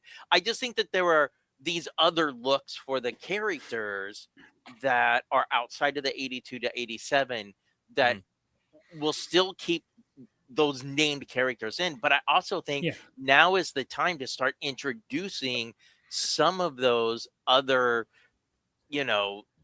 like Eco Warriors, DEA. I want Ambush. I want a classified Ambush so bad. Well, and it's also like Rampart. We have not gotten many 90s characters at all at this point, or designs at this point. It's like very there's sprinkled. Which at this point, I'm surprised that they're not just sprinkling more in just so that they can spread that out more, because I don't imagine we're going to get to a point where that's going to be the bulk of the line. Right. They'll still be, again, sprinkling in more classic characters along with those when they are releasing them more frequently, which I expect they will do at some point. But yeah. So I did not intend to put this up on the screen. For the listeners, I've just posted the 1985 catalog art on the screen. And it's because Wreckship said something crazy. Kristian, if you could put Wreckship's, not his last comment, but the one prior to that up on the screen. We need a thicker barbecue, too. The first one skipped leg day. Wreckship, if you could take a look at this 1985 art, barbecue is like 4 feet tall. He's leaning over. Dude, come on. We need a much, much smaller barbecue. And now they have the mainframe buck to use. And we still don't have an airtight. Although the mainframe is tiny just because of his tunnel rat legs. I feel so bad for Airtight that he's the only character in this group that has not gotten a figure yet. Sorry, I meant to bring up Tom Henry's comment here. Hey, I'd buy Ninja Force Firefly. I love that design. I am right there with you. I'd buy it. I guess I feel very much like Tobias Funke, where I'm like, when it comes to like Deke era, born in the 84, like mid 80s born, I feel like there are dozens of us because I don't know, we're not as vocal or whatever. So my assumption is like everyone is older and doesn't want these. And Noel, I'll just say this about Airtight: don't feel too bad for him because it does look like barbecue's giving him a pretty good time. Yeah. All right, we gotta keep going. Where were we? So yeah, I think they know what they're doing. I think that's the bottom line. Is at this point, we trust the classified team. I am sure Lenny strikes me as the type of maniac who has this line plotted through 2032. You know what I mean? Like, I think we're fine. All right, Tom Henry. Can I ask a question for the special guest and you all? Yes, you can, and you just did. So let's move on. No, I'm just kidding. What would you like to see plot-wise for Cobra-La in the Energon universe going forward in the new year? I know they aren't doing the limited runs anymore, but I'd like to see a Cobra-La limited run. Look, I'm at a point in my life, and I've talked about this before, I just like to sit back and see what they do. I try not to plan. I try not to expect. I try not to think about like, oh, it would be really cool if they did this, because we have such a tendency to get so stuck on our own ideas and expectations and plans that sometimes what happens can disappoint us. So I try and sit back and take it in. But I will say, I think the one thing that we all want at some point is Cobra Commander's backstory with Cobra-La. Yes. Mhm. I don't know about this year, but at some point, we have to see that story. Have y'all watched Silo on Apple TV Plus? Not yet. It's on the list. It's great. But like, I don't know, for some reason, when I think about like life in Cobra-La, I think about Silo and like that show. And like, just because Cobra-La is such a Interesting. small, insular, like, you know, they don't leave. They've been there for hundreds of years. You know, I think if there's something, there could be a really cool, like, limited series in like, how did he get there? How did he fight? Like, you know, and also what is life Right. like? What has the life been like for hundreds of years there? Like, yeah, that's and the one thing that I do want, and I will demand this, is I want a double-page Tom Riley spread or like action sequence of Pythona just murdering people. That's all. Yeah. I want it eventually. Absolutely. That's all. And then I want to own it. I want the original pages. I would like to see a mini series or that deals with the history of Cobra-La. Not necessarily Cobra-La as we know it right now, but how did it start? Right? Is this a group that found their way, you know, were they chased into hiding? Like, give me a 4-issue miniseries where each issue deals with a different time period in Cobra-La, with maybe the 4th issue giving us the Cobra Commander backstory. But that's where I was leaning towards when I read this. Well, and have they specified? Because in the movie, I think Globulus references them like predating human race. Yeah. But have they referenced that in the Energon universe? Like, how long has Cobra? I don't think they've given them a time frame yet, have they? But this question, like when I read it and I was thinking about the history, like even with Globulus, my mind now has all these questions, sort of like, is this a Dr. Doom Latveria situation? Because the versions of Globulus that we have gotten to see is Globulus attacking. But at least in the Energon universe, Cobra-La seems to be a fairly peaceful, you know, amongst itself, a fairly peaceful, successful society. Right. So how does this work? Like, how do the everyday citizens see Globulus if you're not part of the Royal Guard? Like that sort of stuff I find fascinating, not necessarily anything that ties it into current story dealing with Energon. The other thing that I forgot to mention in the Cobra-La talk is that Josh Williamson told me that in his script for the Cobra Commander Limited series, the character was named Nemesis Protector. So that was not Nemesis Immortal, nor was it Nemesis Enforcer. That was Nemesis Protector, because he was acting as a bodyguard. So that makes me wonder, like, is Nemesis like another branch of Royal Guard? Like, are there multiple Nemesis? Like that's another thing that I would love to see explored. Wow. I think I've referenced this before. It might have even been probably talking about Cobra-La. I think in my headcanon, until it's proven different, Cobra-La came from another dimension. Ooh. And ended up on Earth. That would make sense. If you've read Brian Lumley's vampire novels, which are some of my favorite novels of all time, it's explained that vampires came from another dimension. They're not native to Earth. And that's sort of how I see Cobra-La. But it's probably just because I love Brian Lumley's books so much. Anyway. So yeah, I mean, look, anything they want to do, I'm ready for, because, you know, similar to the way that the classified team has earned our trust, certainly the creative team at Skybound has earned my trust, and wherever they're taking us, I'm here. I'm buckled in, ready to go. G.I. Joe Collector 76. Why do you guys think certain characters like Snake Eyes or Storm Shadow transcended toy line status and became cultural icons? Is it just the fact that they are ninjas and they came out at the height of 1980s ninja fixation, or is it something more?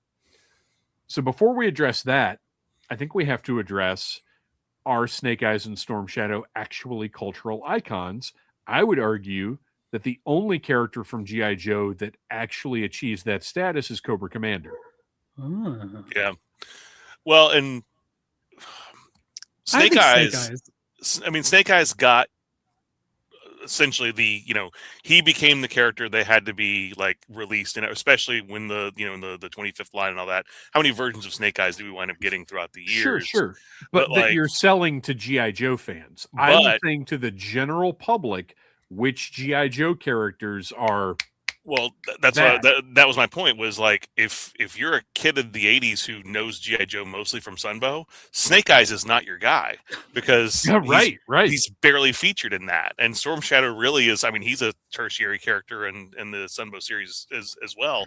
So unless you were like a big Larry Hama, fan reading the comics back then, they're probably not even really on your radar, other than the fact that like Hasbro is just putting these toys out all the time. So yeah, I also was thinking about this when I was like, well, are they really that But I think ubiquitous culturally? We're looking at it as G.I. Joe fans.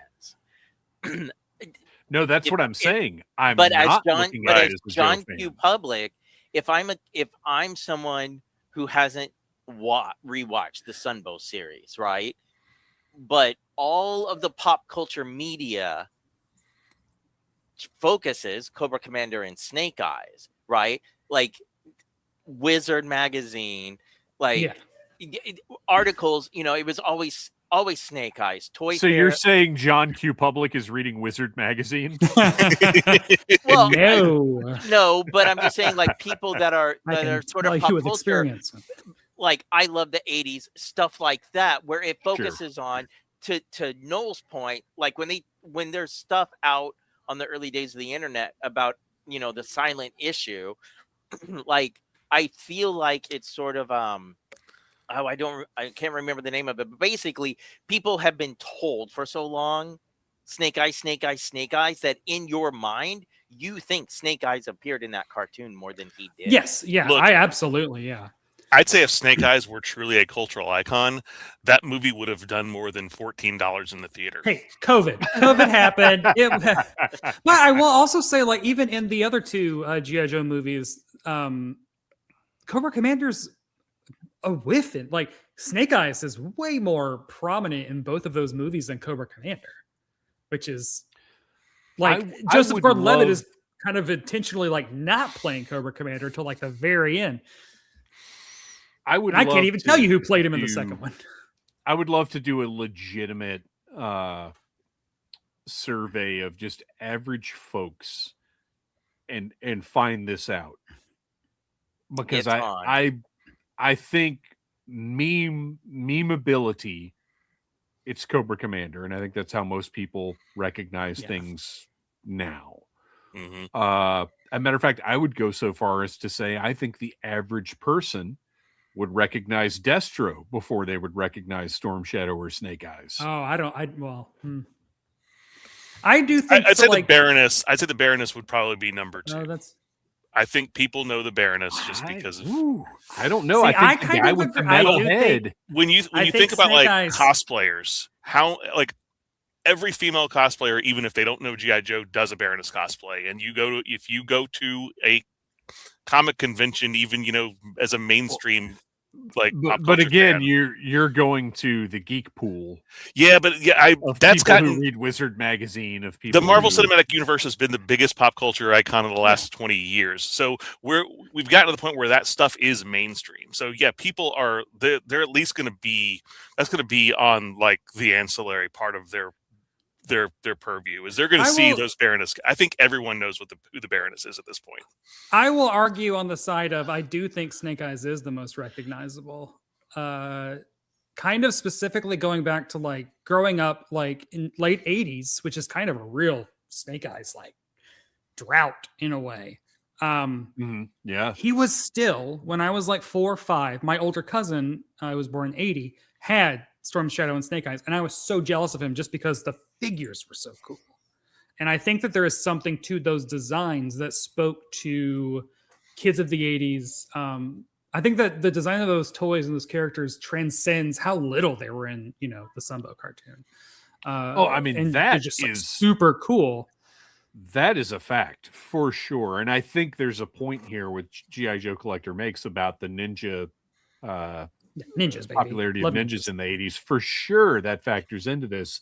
But this is, we Well, clearly we all Hasbro have- thinks that Snake Eyes is the most Oh, because they gave for him a sure. movie. Like they sure. love it. Yeah. But we also But like yeah, we we were all going to have- get a Cobra Commander movie because who's going to go see that?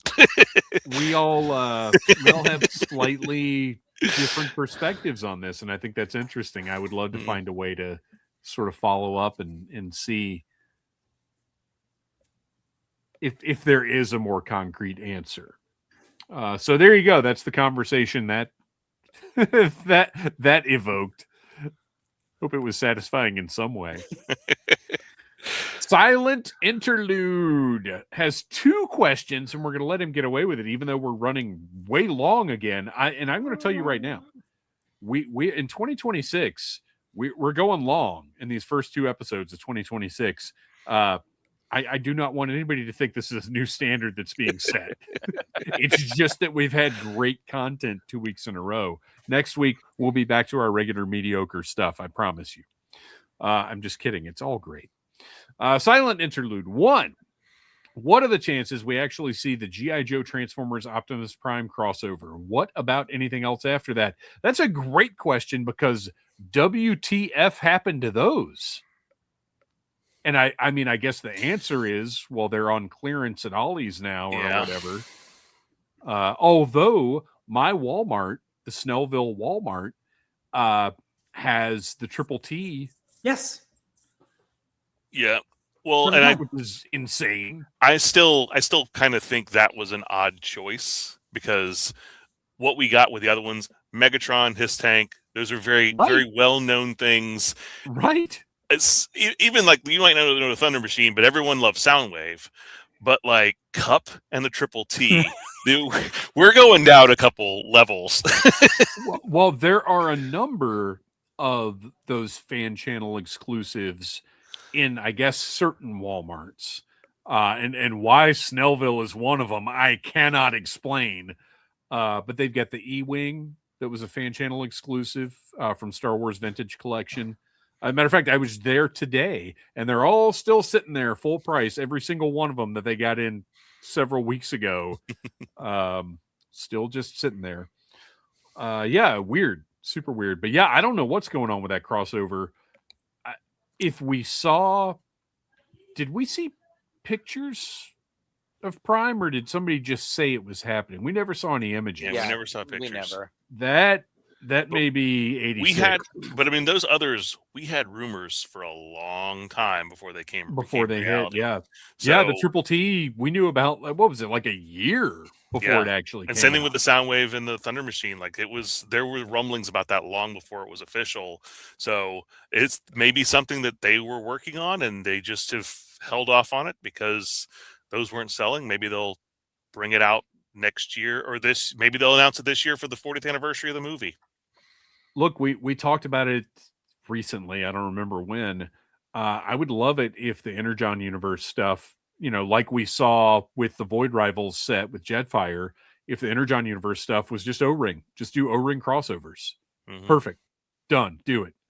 But I don't believe that Void Rivals set did very well either. So I don't know. I think Well, if it was a con had exclusive, not wasn't it? come with a Jetfire that everybody already had. Well, and If they had also just that done the didn't 2-pack. interact with the figures. Yeah. Mm-hmm. Like that, to me, that was one of the turnoffs of some of the sets that they did. That now, granted, they repainted the Sky Striker. They repainted the Rattler. Like they were cool, but it was like, well, these don't transform, so this isn't really like a real thing. In the same way, if you've got a Transformer that the figures can't interact with, well, it's fake. It's not. This is not a real crossover. This is, whatever.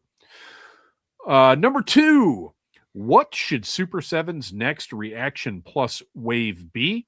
I would like to see Arctic Dr. Mindbender, Nemesis Enforcer, or Immortal. I don't care.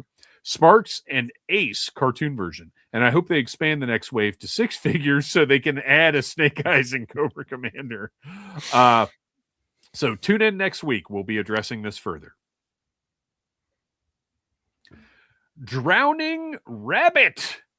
Okay. This feels like an inordinately silly question. Okay, Drowning Rabbit, if you feel like any question is inordinately silly, you clearly have not been listening to this show long enough. There is no such thing as an inordinately silly question. We thrive on that here, so bring them. But I am at a loss for the reference you guys make with the very weak Cobra sign off. I don't remember the cartoon doing a defeated call out for them. So you are correct. It is not from the cartoon. And I love the fact that you got to go back to the archives, baby. Right. All the way to the beginning.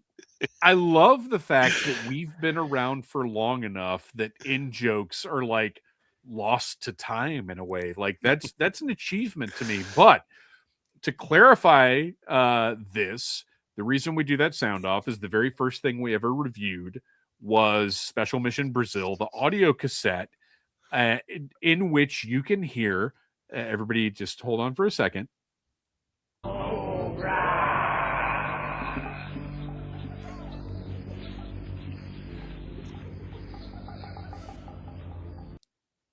So throughout, I'll play that one more time because it kind of came in right as it was starting.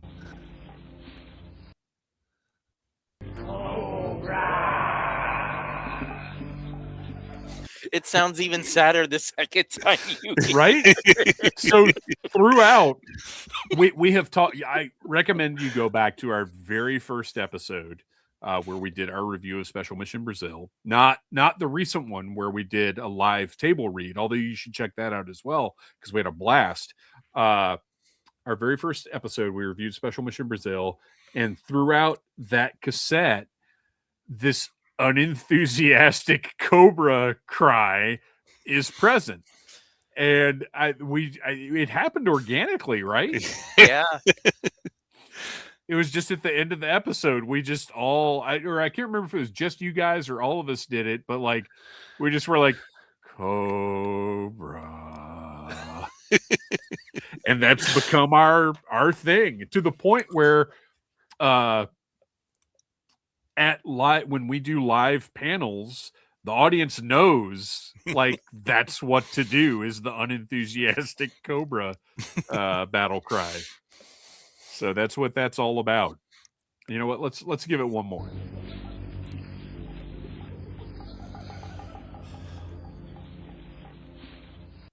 Sorry, it doesn't let you restart audio.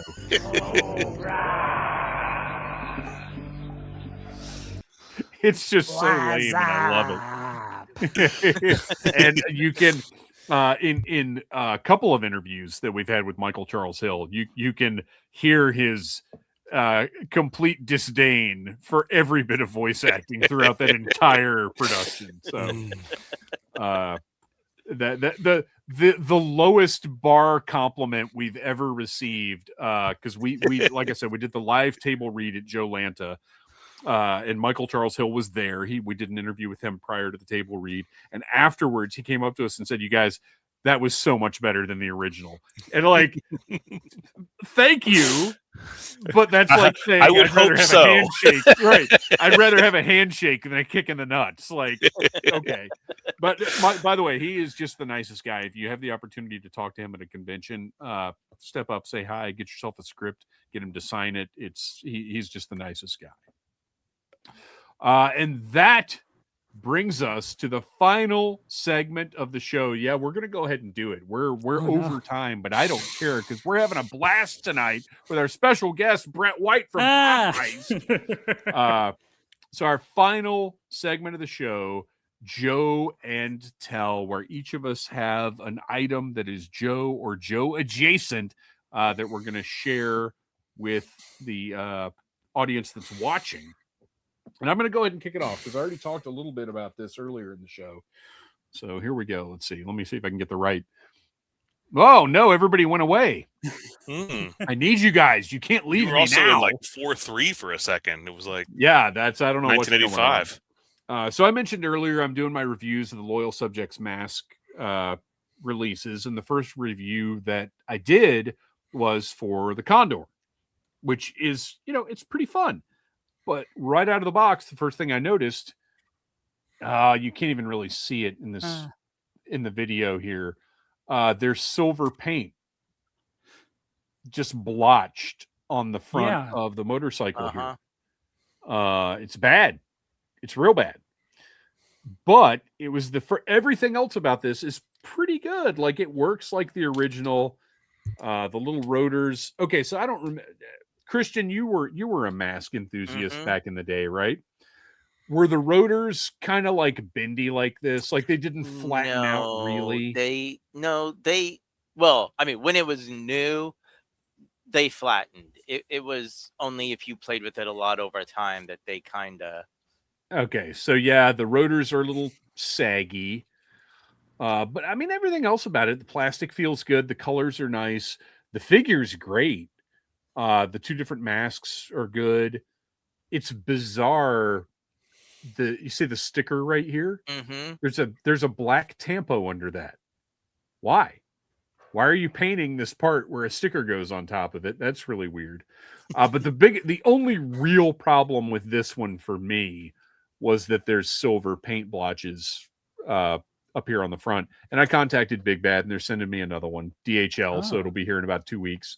But that is the first example of issues with the Loyal Subjects mask stuff. But I will say, like, it's fun. It looks like it should look. The figure is good. It's just once you get into the other vehicles, you start to realize there are a lot of significant quality control issues in this line that they have to fix. All right. Kristian, how about you next? Okay, well, if you remember on our Christmas live stream, I think it was, where we were talking about, are we getting anything, Joe? Did we ask for anything, Joe, for Christmas? And I said, I buy for myself. So I wasn't going to say what it was. Ooh. I got my Night Adder. Wow. Oh, right. So let me tell you, right? As someone who never owned a Cobra Rattler, I can only imagine this is the excitement that you guys must have felt, because this jet is better than my expectations. Now, I specifically got one that did not have it has like the 90s GI Joe missiles that go in these parts. But if you don't have the missiles in, you can see that it has lights and it makes shooty sounds and it has handles so you can turret is crazy. But the snake design, that's beautiful. Like, wow. I know we say we don't want classified vehicles, but if this was made, I would have a hard time saying no, because to me, this is what a Cobra jet would look like, and I want more. Like beware, because I'm going to be watching eBay. Do the action again, if you don't mind. That's insane. So the action looked so crazy from the front. It looked like when the Monarch in his battle armor went into I can't remember what the mode was called. Right, the ultra attack. But also these wing parts like go in, so you can go into like a supersonic jet mode. If you don't want to use the handle, it folds up nicely. You can fit another figure in there. Like, I am just so thoroughly in love with the whole look of it. It has little stickers of battle damage on it. Like, so Cobra Night Adder from like the Valor versus Venom. Yeah, like looking back at some of those 2002 or 4-ish, right? Yeah, looking back at some of those vehicles, like because I was not paying attention to them at the time, and I just overlooked them because they didn't look like the GI Joe figures from my childhood, of course. Yeah, But I look back at that now, and I got that Hiss V4 that also has that very like similar aesthetic to it, and like looking back at it now, like those are great toys. They're great, and they're great toys. That's the thing. Yeah. All right. Let's see. You know what? We'll let our guest go last. Noel, Oh, what have you got? So I have mentioned it before, but I picked up our little Super 7 Reaction Plus. Yeah, got our Doc Brown here with his little radio control. The rivets, of course, much like the Universal Monsters one, are painted. They are spectacularly painted. Oh my god! So he looks great. Yeah. So and like the detail on his cuffs here is great. He's got although he almost looks more like Huey Lewis than he does like Michael J. Fox. Well, you know what? I don't want accurate face sculpts on this because that's not what these figures are for. And it's not what it would have been. Right. No. And I got the 1955 Marty. He's in the other room. But what I have these up on my shelf, and they're with a few other 3 3/4. I got the Ghostbusters figures there with the Ecto 1, and I was like, I really need a 124. I need a 118 DeLorean to go with these. But I started looking at the ones that are available currently, and I wasn't willing to spend the money on them. But when I was getting my stuff ready to ship from Big Bad, and I noticed that the Jada Toys 1/24th scale Hollywood Rides with the light up. Oh, nice. It's only like $25. So I was like, you know what? It's not in scale, but if I just kind of put them like adjacent to one another on the shelf, it's close enough. But this is a great little. I mean, Jada's done some great stuff with these die-cast. I wish vehicles. Jada would do 118. Yeah, it'd be great. But yeah, I mean, it's stainless. The stainless steel die-cast looks fantastic. Wow. It's got the gull wings. It doesn't. This is the first movie vehicle, so it doesn't have like the the convertible wheels and all that stuff. But for $25, this thing is great. Absolutely. So go pick it up if you do see it.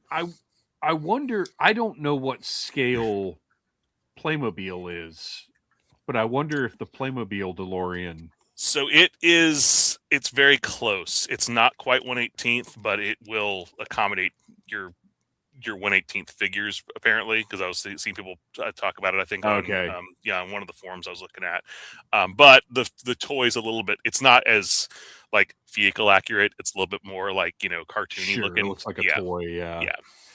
The diamond ones are the best, but they've been out of production for so long. I'm sure they're expensive as heck. There are some that I saw that are in the $89 range that I thought about picking up, but I was like, do I really need to spend that much on? And yeah.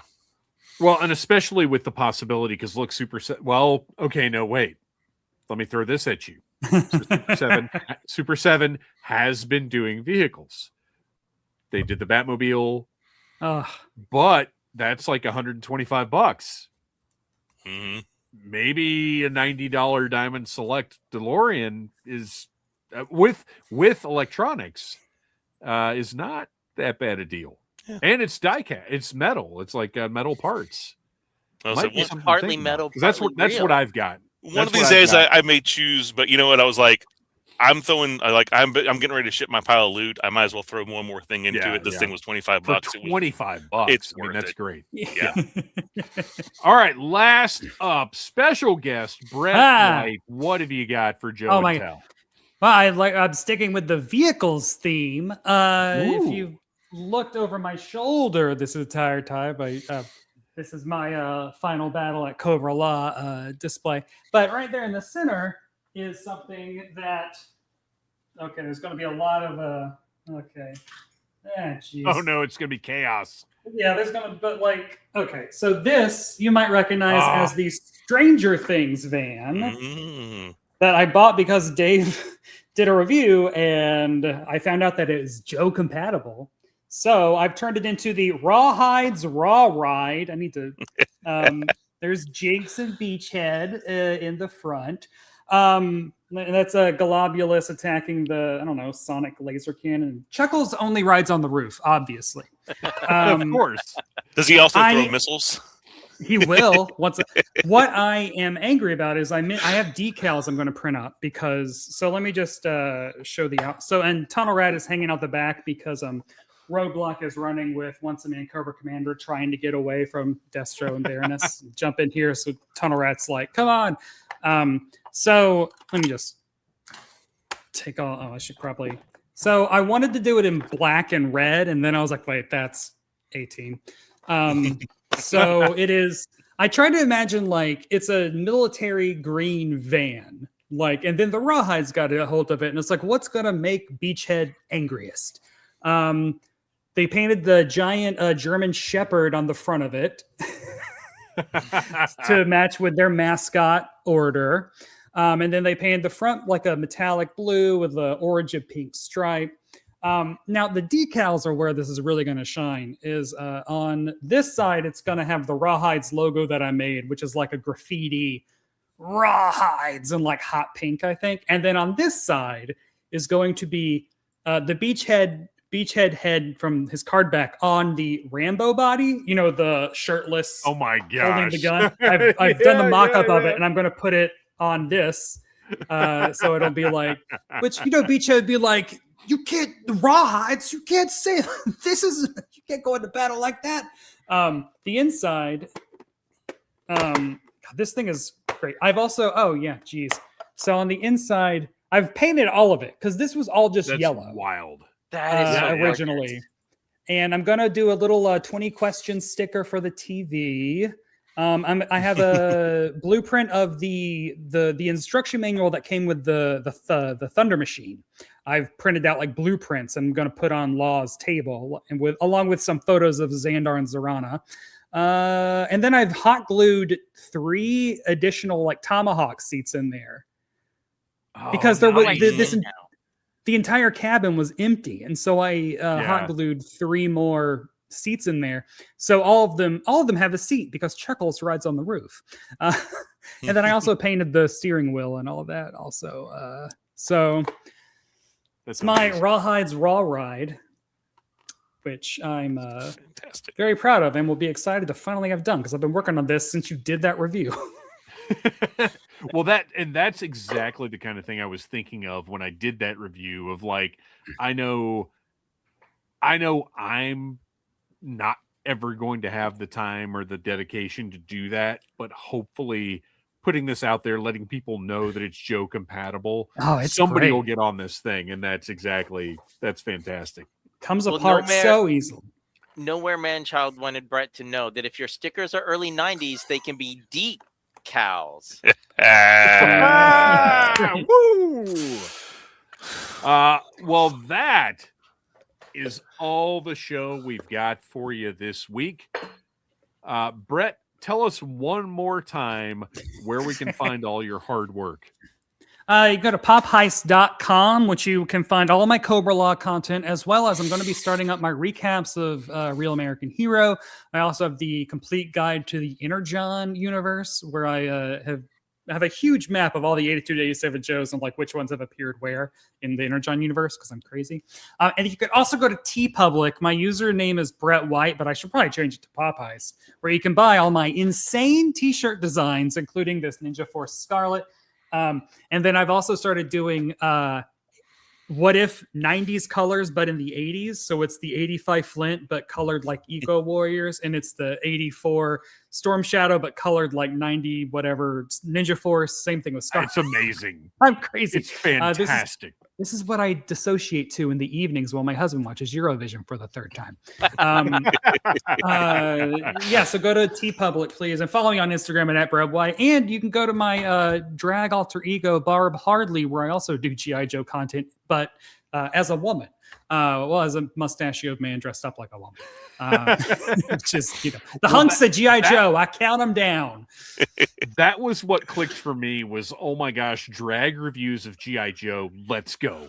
I've done a whole, so this is the other thing that I want to, I've done a whole, I bought oh my God, I'm sorry for this taking so long, but I bought Find Your Fate books and I read them as Barb Hardley in front of a green screen, and I acted them out, and I'm animating the story behind me with toys. And so that's taking a long time, but That will be Yeah, I at some bet. point. That's amazing. So our music is by Andy Samford of electricminnowmusic.com. Follow us on Instagram at Audible Interlude Podcast. Noel, why don't you tell us a little bit about The Finest? The Finest is an international G.I. Joe costuming club raising money for our charity partner, Canines for Warriors. So you can check out thefinestcc.com or the Finest Recruitment Center on Facebook if you thought about joining up. And Kristian, where can we find that toy photography you do so well? You can find me on Instagram and Blue Sky under the name Legion Cub. You can catch us live again on the Needless Things YouTube channel on January the 19th. Put it on your calendar. And until then, yo, Joe.